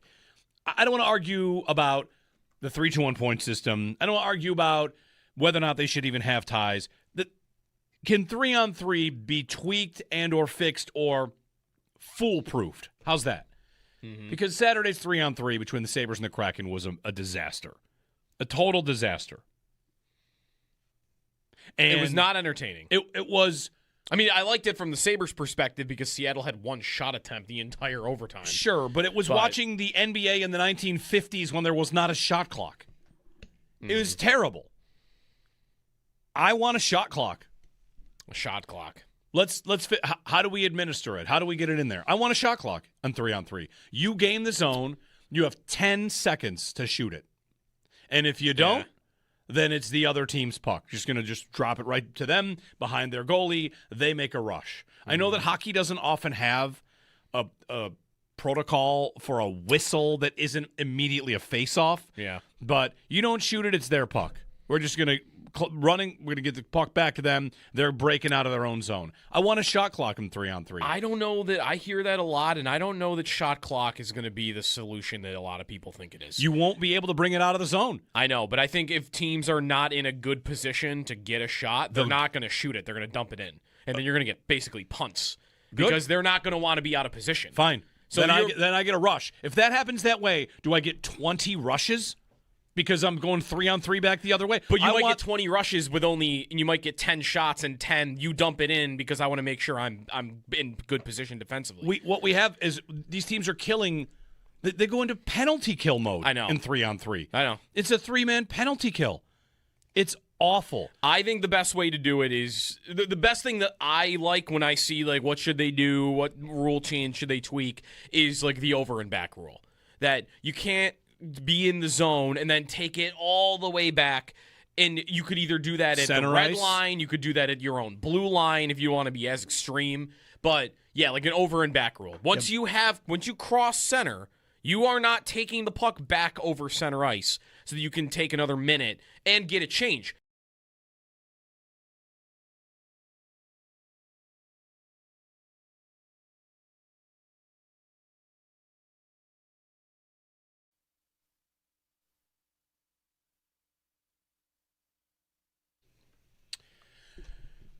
Hey, is it golf season today? Might be golf season today. I see a couple courses have opened. Yes, they have. Very exciting. We're getting closer. And you can, of course, take advantage of our WGR VIP golf card. It is available at getmyperks.com. Save a lot of money. It's over $320 value for $129. Includes 8 different experiences, including Shorewood Country Club and Golf Dojo, Shamrock Hills, Atticus 10th Hole, Bobolink, Rick Zurak Golf gift card, Destroyer Park Golf, and 1812 Tavern, $25 gift card to that. So go to getmyperks.com and $129 VIP golf card and benefits PGA Hope as well. Yeah, you could golf today. I know. 60 degrees. The sun is out. I'm gonna go tomorrow. Didn't rain yesterday. I know of a course that's open, and they're open tomorrow. Yeah. And I want to hit a ball outside. Been hitting balls all summer. I want to hit a ball outside. I know. I've trained myself to think I'm better than I am because of simulator golf. Everyone's better at simulator golf. I played with Bulldog and Owen over the weekend. Yeah. Yeah. How'd you play? Where did we play? We played. You're shooting like 80 and into the 70s, and it's like, I can't wait. I'm going to be this good when I get the real course. We played in Arizona. Silverleaf Country Club, yeah. Silverleaf. Yep. It was good. It was very good. It was very good. We had a good time, yeah. I'm not always a big simulator guy. I don't do as well. My dad certainly doesn't, but we had a nice time. It was good. Yeah. You don't play as well? I don't feel like I hit the ball as good. Okay. I feel like I hit the ball 5 times better on the simulator. I'm giving myself false confidence for the real golf season. Kind of hard to say that. I had a good day on Saturday, but you did. But I think I generally struggle more in the sim. I don't know why. I just feel like I can't hit the ball that good. But I was hitting bombs on Saturday. Yes, he was. That was fun. Yeah, Owen tees off, and you know the thing about simulator golf versus regular golf that I guess you can only appreciate in this exact scenario is when Owen steps up to the tee and blasts a ball and you read the ball speed is 170, you're just like, oh, cool, awesome. Yeah. Whereas on the real golf course, I'll just be like, good, good ball. Good shot. And I see that it's good, but I'm not reading a number that makes me feel bad about myself. That's like, to me, pitchers. Like, I'll go to a baseball game and a guy will throw a fastball right down the pipe, and I have no idea how fast it went. It was really fast. I can't spot the difference between 95 and 100. But then if you're watching on TV and someone throws 104, you're like, that's gas. But it's not until you see the number. Right. It's 104. 104. Like, you don't say that before you see the number. Or are people big enough baseball fans they'd be able to spot the difference between like 96 and 102? You could probably that might be tougher. That's how much of that is probably reputation. That's what I was going to say. Who's throwing it? Whoever this guy throws 102, I know I'm going to hit 102 on the gun. Right. So when you feel like he threw a fast one, you kind of know that it's you hear the pop of the catcher's glove. That's a big one for me when I feel like the pop, I can almost tell more. But that's also on the catcher. Yeah. Catcher catches it on the thumb. There's not going to be as big a pop. Owen beat me, but it's under protest because there was a surprise out of bounds I did not know was there. So, it was a surprise. That sounds like your fault. It was definitely my fault. Sounds like it was marked. It was definitely my fault. Are you going to do the same thing then, where you're going to, if Owen beats you the next time, you have to say that he's better than him? Real golf? Better than you? Like I did with you? Yeah. And then you lost to me that day by a stroke made on a bomb 50-foot putt. prayer. That did happen. A 50-foot prayer. Yeah, I think Owen's better than me. I think I'll say that ahead of time. I think you're better than me. I think you're probably more consistent than I am at this point still. Maybe. That consistent doesn't mean better. I have good days where I'm good. Someone can be consistently Consistent bad. doesn't mean better. That's true. I have a lot of days where I hit like 7 shanks in a row. And it's like, oh, wow. All right. Yeah. You still Hey, stink. listen, I had a season of shanks, so. I mean, if you shoot 87 every round the whole year, that's consistent. If he throws a couple 96s in there, but he shoots a 72, yeah, right. who's better? Very, very different. Well, I got new irons this year, so those are hot. Throw out the record books. Matt, there we go. When's the Masters? 10 days. 10 days. Speaking of golf, awesome story for Gary Woodland yesterday. Yeah, man, him winning was so good. was incredible. He had an emotional interview a couple weeks ago, and then he won 2 weeks later. Did he hit a 200-mile-an-hour ball speed? Yeah, and it went like 360. That dude hammers golf balls. That is insane. He had 200. The story on it, he had brain surgery. Yeah. And that's what he got emotional about. And he's dealing with trauma as a result of it. Right. Yeah. So him winning was awesome. That's a tough road. That was cool too. Like Min-Woo Lee is like pumping. Did he finish second? Yeah, I think he was. He's pumping up the crowd as he's like walking to the 18th. So cool. Yeah. Yeah, that watching him hug his wife on that green after he wins, like just bawling, like that's what it's all about there. That's really cool. John in Virginia. Hey, John. Good morning. Good morning. I'm with you, Jeremy. It's the wide receiver train. I don't think it's really stopped running yet. I really feel like if Omar Cooper Jr. or Concepcion is on the table and we have a chance to get either one of them, I'm running up to the podium to draft them because I am really nervous. DJ Moore's got a lot of mileage on it. I know he doesn't miss any games. But what does our wide receiver corps look like if he is out for any length of time? And not just that, but you always talk about having a contract, rookie contract in wide receiver that's cost controlled, and that is so right at that position. I'm really scared where are we at right now if DJ Moore, anything happens to them. And then on top of that, if we had a Concepcion or Omar Cooper Jr. added to what we have right now and maybe trade Keon Coleman for like a 5th round pick and try to get back up to maybe the third round to get, I don't know, like a linebacker. And our last free agent move I'd love to get is DJ Reader. Your take? Thanks, John. DJ Reader's a guy, he visited the Ravens. He hasn't signed anywhere yet. On Omar Cooper, I think the Bills will love Omar Cooper. There's who do you want, who do you like? If we're talking receiver conversations, I think they will love this guy. Watching the way that he plays, his versatility, he's great after the catch. Matt Harmon of Reception Perception today put out like 5 more profiles, included Omar Cooper in there, and said with the ball in his hands, he's like top tier. After catch, how he just makes guys miss, how his speed is, there's enough there after the catch. They can send him on short ones. He actually compared him to Shakir in a way, which Cooper played a lot in the slot this year. He played on the outside the year before. He says he's comfortable on the outside. To me, there's always been this little battle with the Bills about, I don't want to say do they know the difference, so like a guy can play outside or not, but there have been some things that indicate they have trouble identifying guys that can play on the outside, right? Like they said Coleman could, and he probably shouldn't. Cooper, that'll be a whatever. He's done it before. I think they'll love Cooper. I think they're more likely to love Cooper than Casey Concepcion, personally. Just what do they want? They want guys on the field that can run block. And Concepcion's not going to be drafted for run blocking, more than likely. So I'd take either one of those guys. I'm still not convinced first round is where they would go with these guys. But Omar Cooper is a guy that I think Daniel Jeremiah? There's a mock out today. It's Mock Draft Monday. And it had the Bills taking Omar Cooper at 26. And Concepcion made it to the second round in that mock. That's happened a few times. That's getting rarer and rarer, though, I feel like, that he falls like that. Matt Miller also had a mock draft earlier today. He had the Bills taking Omar Cooper. That's who it was, not Daniel Jeremiah. Yeah, Matt Miller had Omar Cooper to the Bills. And passing on, there was a couple edge rushers, I think, that went a little bit after that. And yeah, he had Concepcion, you're right, to the Giants. Caden McDonald was on the board still. Yep. He went a few rounds. He had a edge rusher in the third round for the Bills. Who was it? Derek Moore from Michigan. All right. And then fourth round linebacker, I think. Fourth round, 126, he had a corner. And then he had a guard from Notre Dame, and then a linebacker. To the point about Coleman, we went into last year saying, last year I was on the receiver train again. It was, I don't want to go into a year counting on Keon Coleman to take the next step.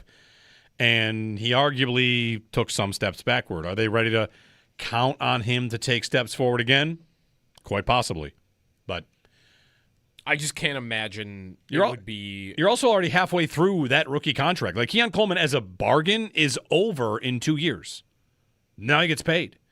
And even a guy like that, like, what's he going to get on the open market if he has these next 2 seasons exactly the same, where he puts up some numbers, he's on the field a little bit, catches some touchdowns, flashes here and there. Like, if the discipline stuff goes away, what's he make? 13? In 2 years? 15? He gets paid. I know. Like, you would never do it.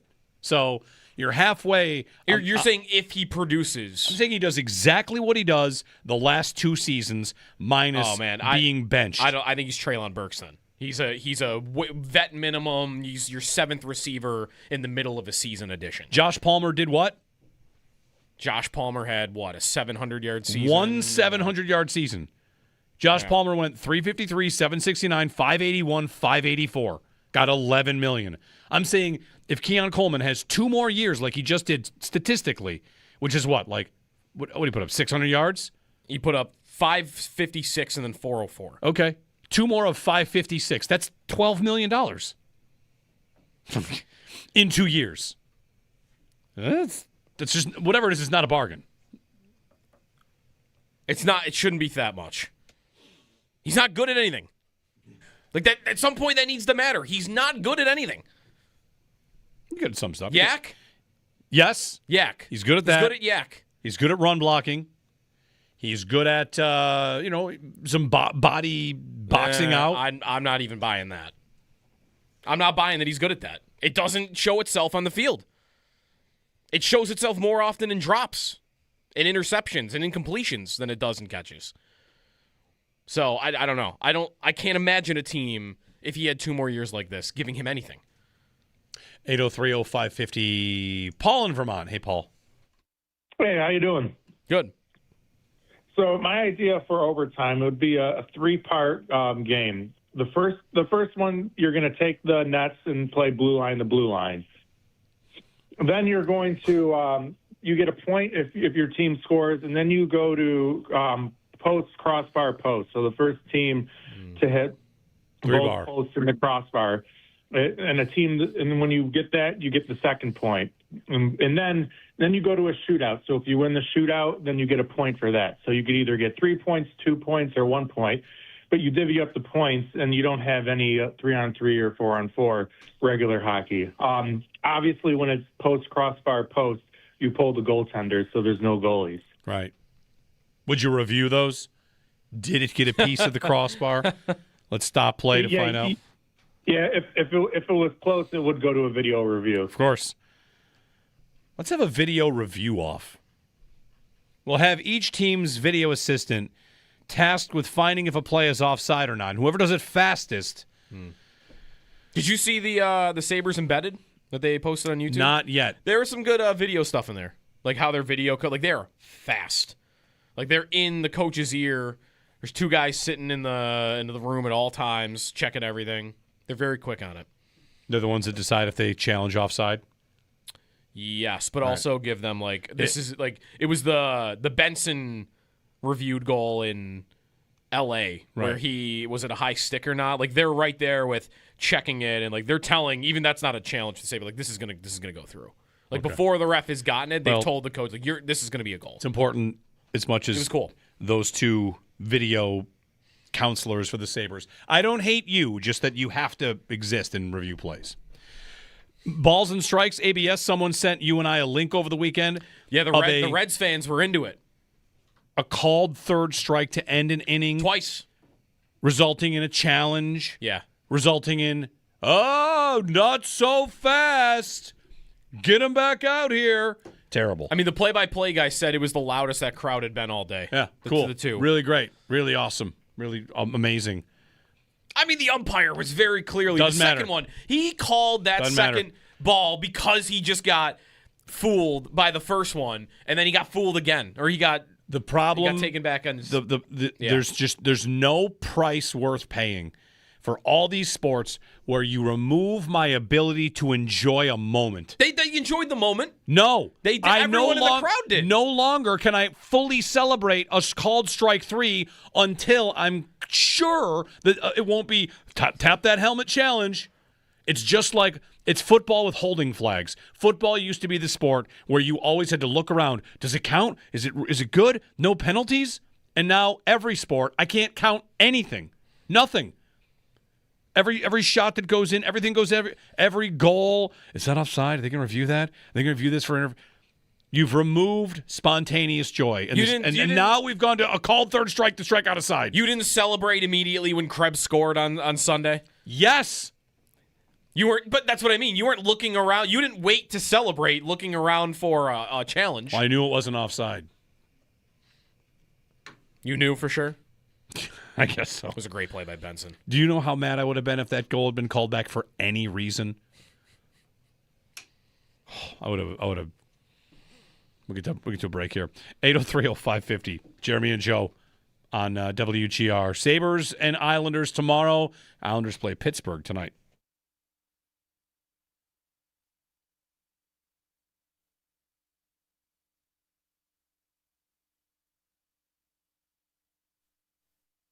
The Stanley thing is it's really interesting to watch play out because it's Stanley versus Metsä for all of us, right? That's our mindset, is that it's that. I know that Timmins is in the Metsä spot, but that's the difference of the two players that we're talking about. Is like Logan Stanley is a giant, mutant, mean defenseman that really can't skate that well, has some problems taking way too many penalties.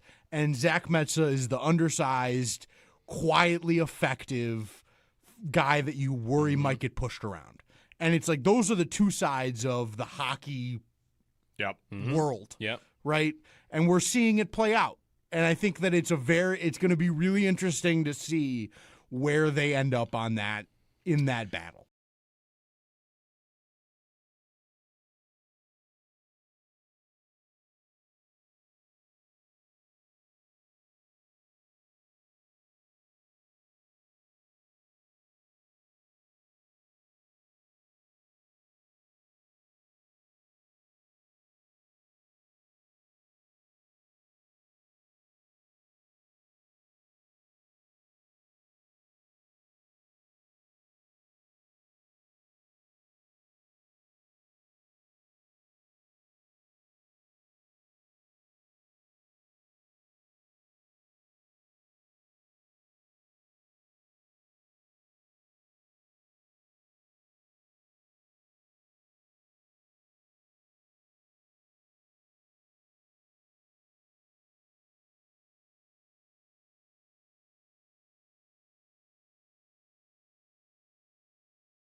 All right, so does anybody want to have a conversation about fixing 3-on-3? Well, I know, like, hey, how much does not have it? Like, because what's the alternative? 4-on-4? Go back to 4-on-4. But isn't the whole idea that I want to not have shootouts? Which is the 3-on-3 exists to not have shootouts. Right. And if we could have this conversation, here's your job, 803-0550. Don't call and say just have ties. The league's not going to do that. You can also say the league's not going to change anything, and you're probably right. I don't want to argue about the 3-2-1 point system. I don't want to argue about whether or not they should even have ties. Can 3-on-3 be tweaked and or fixed or foolproofed? How's that? Mm-hmm. Because Saturday's 3-on-3 between the Sabres and the Kraken was a disaster. A total disaster. And it was not entertaining. It was... I mean, I liked it from the Sabres' perspective because Seattle had one shot attempt the entire overtime. Sure, but it was watching the NBA in the 1950s when there was not a shot clock. It was terrible. I want a shot clock. A shot clock. How do we administer it? How do we get it in there? I want a shot clock on 3-on-3. You gain the zone. You have 10 seconds to shoot it. And if you don't, then it's the other team's puck. You're just going to drop it right to them behind their goalie. They make a rush. I know that hockey doesn't often have a protocol for a whistle that isn't immediately a face-off. Yeah. But you don't shoot it, it's their puck. We're just going to we're going to get the puck back to them. They're breaking out of their own zone. I want a shot clock in 3-on-3. I don't know that I hear that a lot, and I don't know that shot clock is going to be the solution that a lot of people think it is. You won't be able to bring it out of the zone. I know, but I think if teams are not in a good position to get a shot, they're not going to shoot it. They're going to dump it in, and then you're going to get basically punts because they're not going to want to be out of position. Fine. So then I get a rush. If that happens that way, do I get 20 rushes? Because I'm going 3-on-3 back the other way. But you might get 20 rushes and you might get 10 shots and 10 you dump it in because I want to make sure I'm in good position defensively. What we have is these teams are killing. They go into penalty kill mode. I know. In 3-on-3. I know. It's a 3-man penalty kill. It's awful. I think the best way to do it is the best thing that I like when I see like what should they do, what rule change should they tweak is like the over and back rule.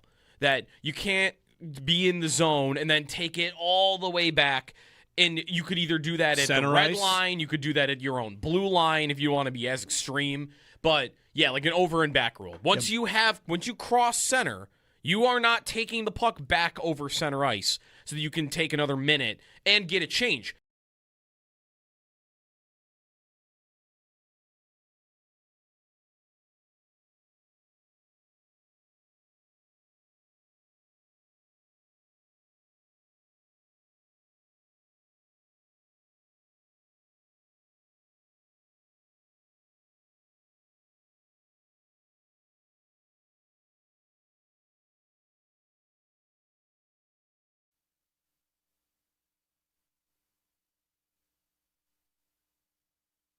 All right. What happened? The Twins manager was ejected from a game. How do you get ejected? The machines are calling balls and strikes. Twins manager Derek Shelton tossed in the 9th inning of a loss to the Orioles. He argued the pitcher didn't call for the challenge fast enough after ABS overturned a ball call that would have walked a batter. Instead, it was called for strike 3 for the second out of the inning. He was convinced he did not tap the top of his hat quickly enough for the umps to go to ABS review. Let's get Gene Sterator in here for this. Gene, did the call for the review come in time for there to be a review? I did. Do you not all see it?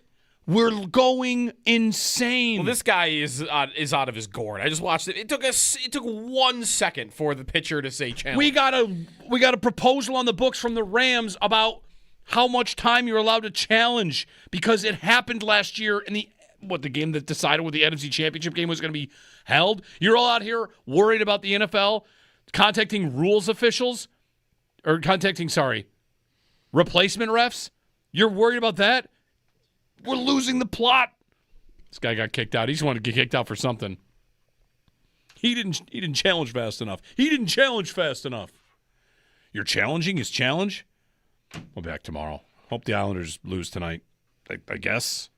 No, I just hope they play Sorokin. All right, play Sorokin. Yeah.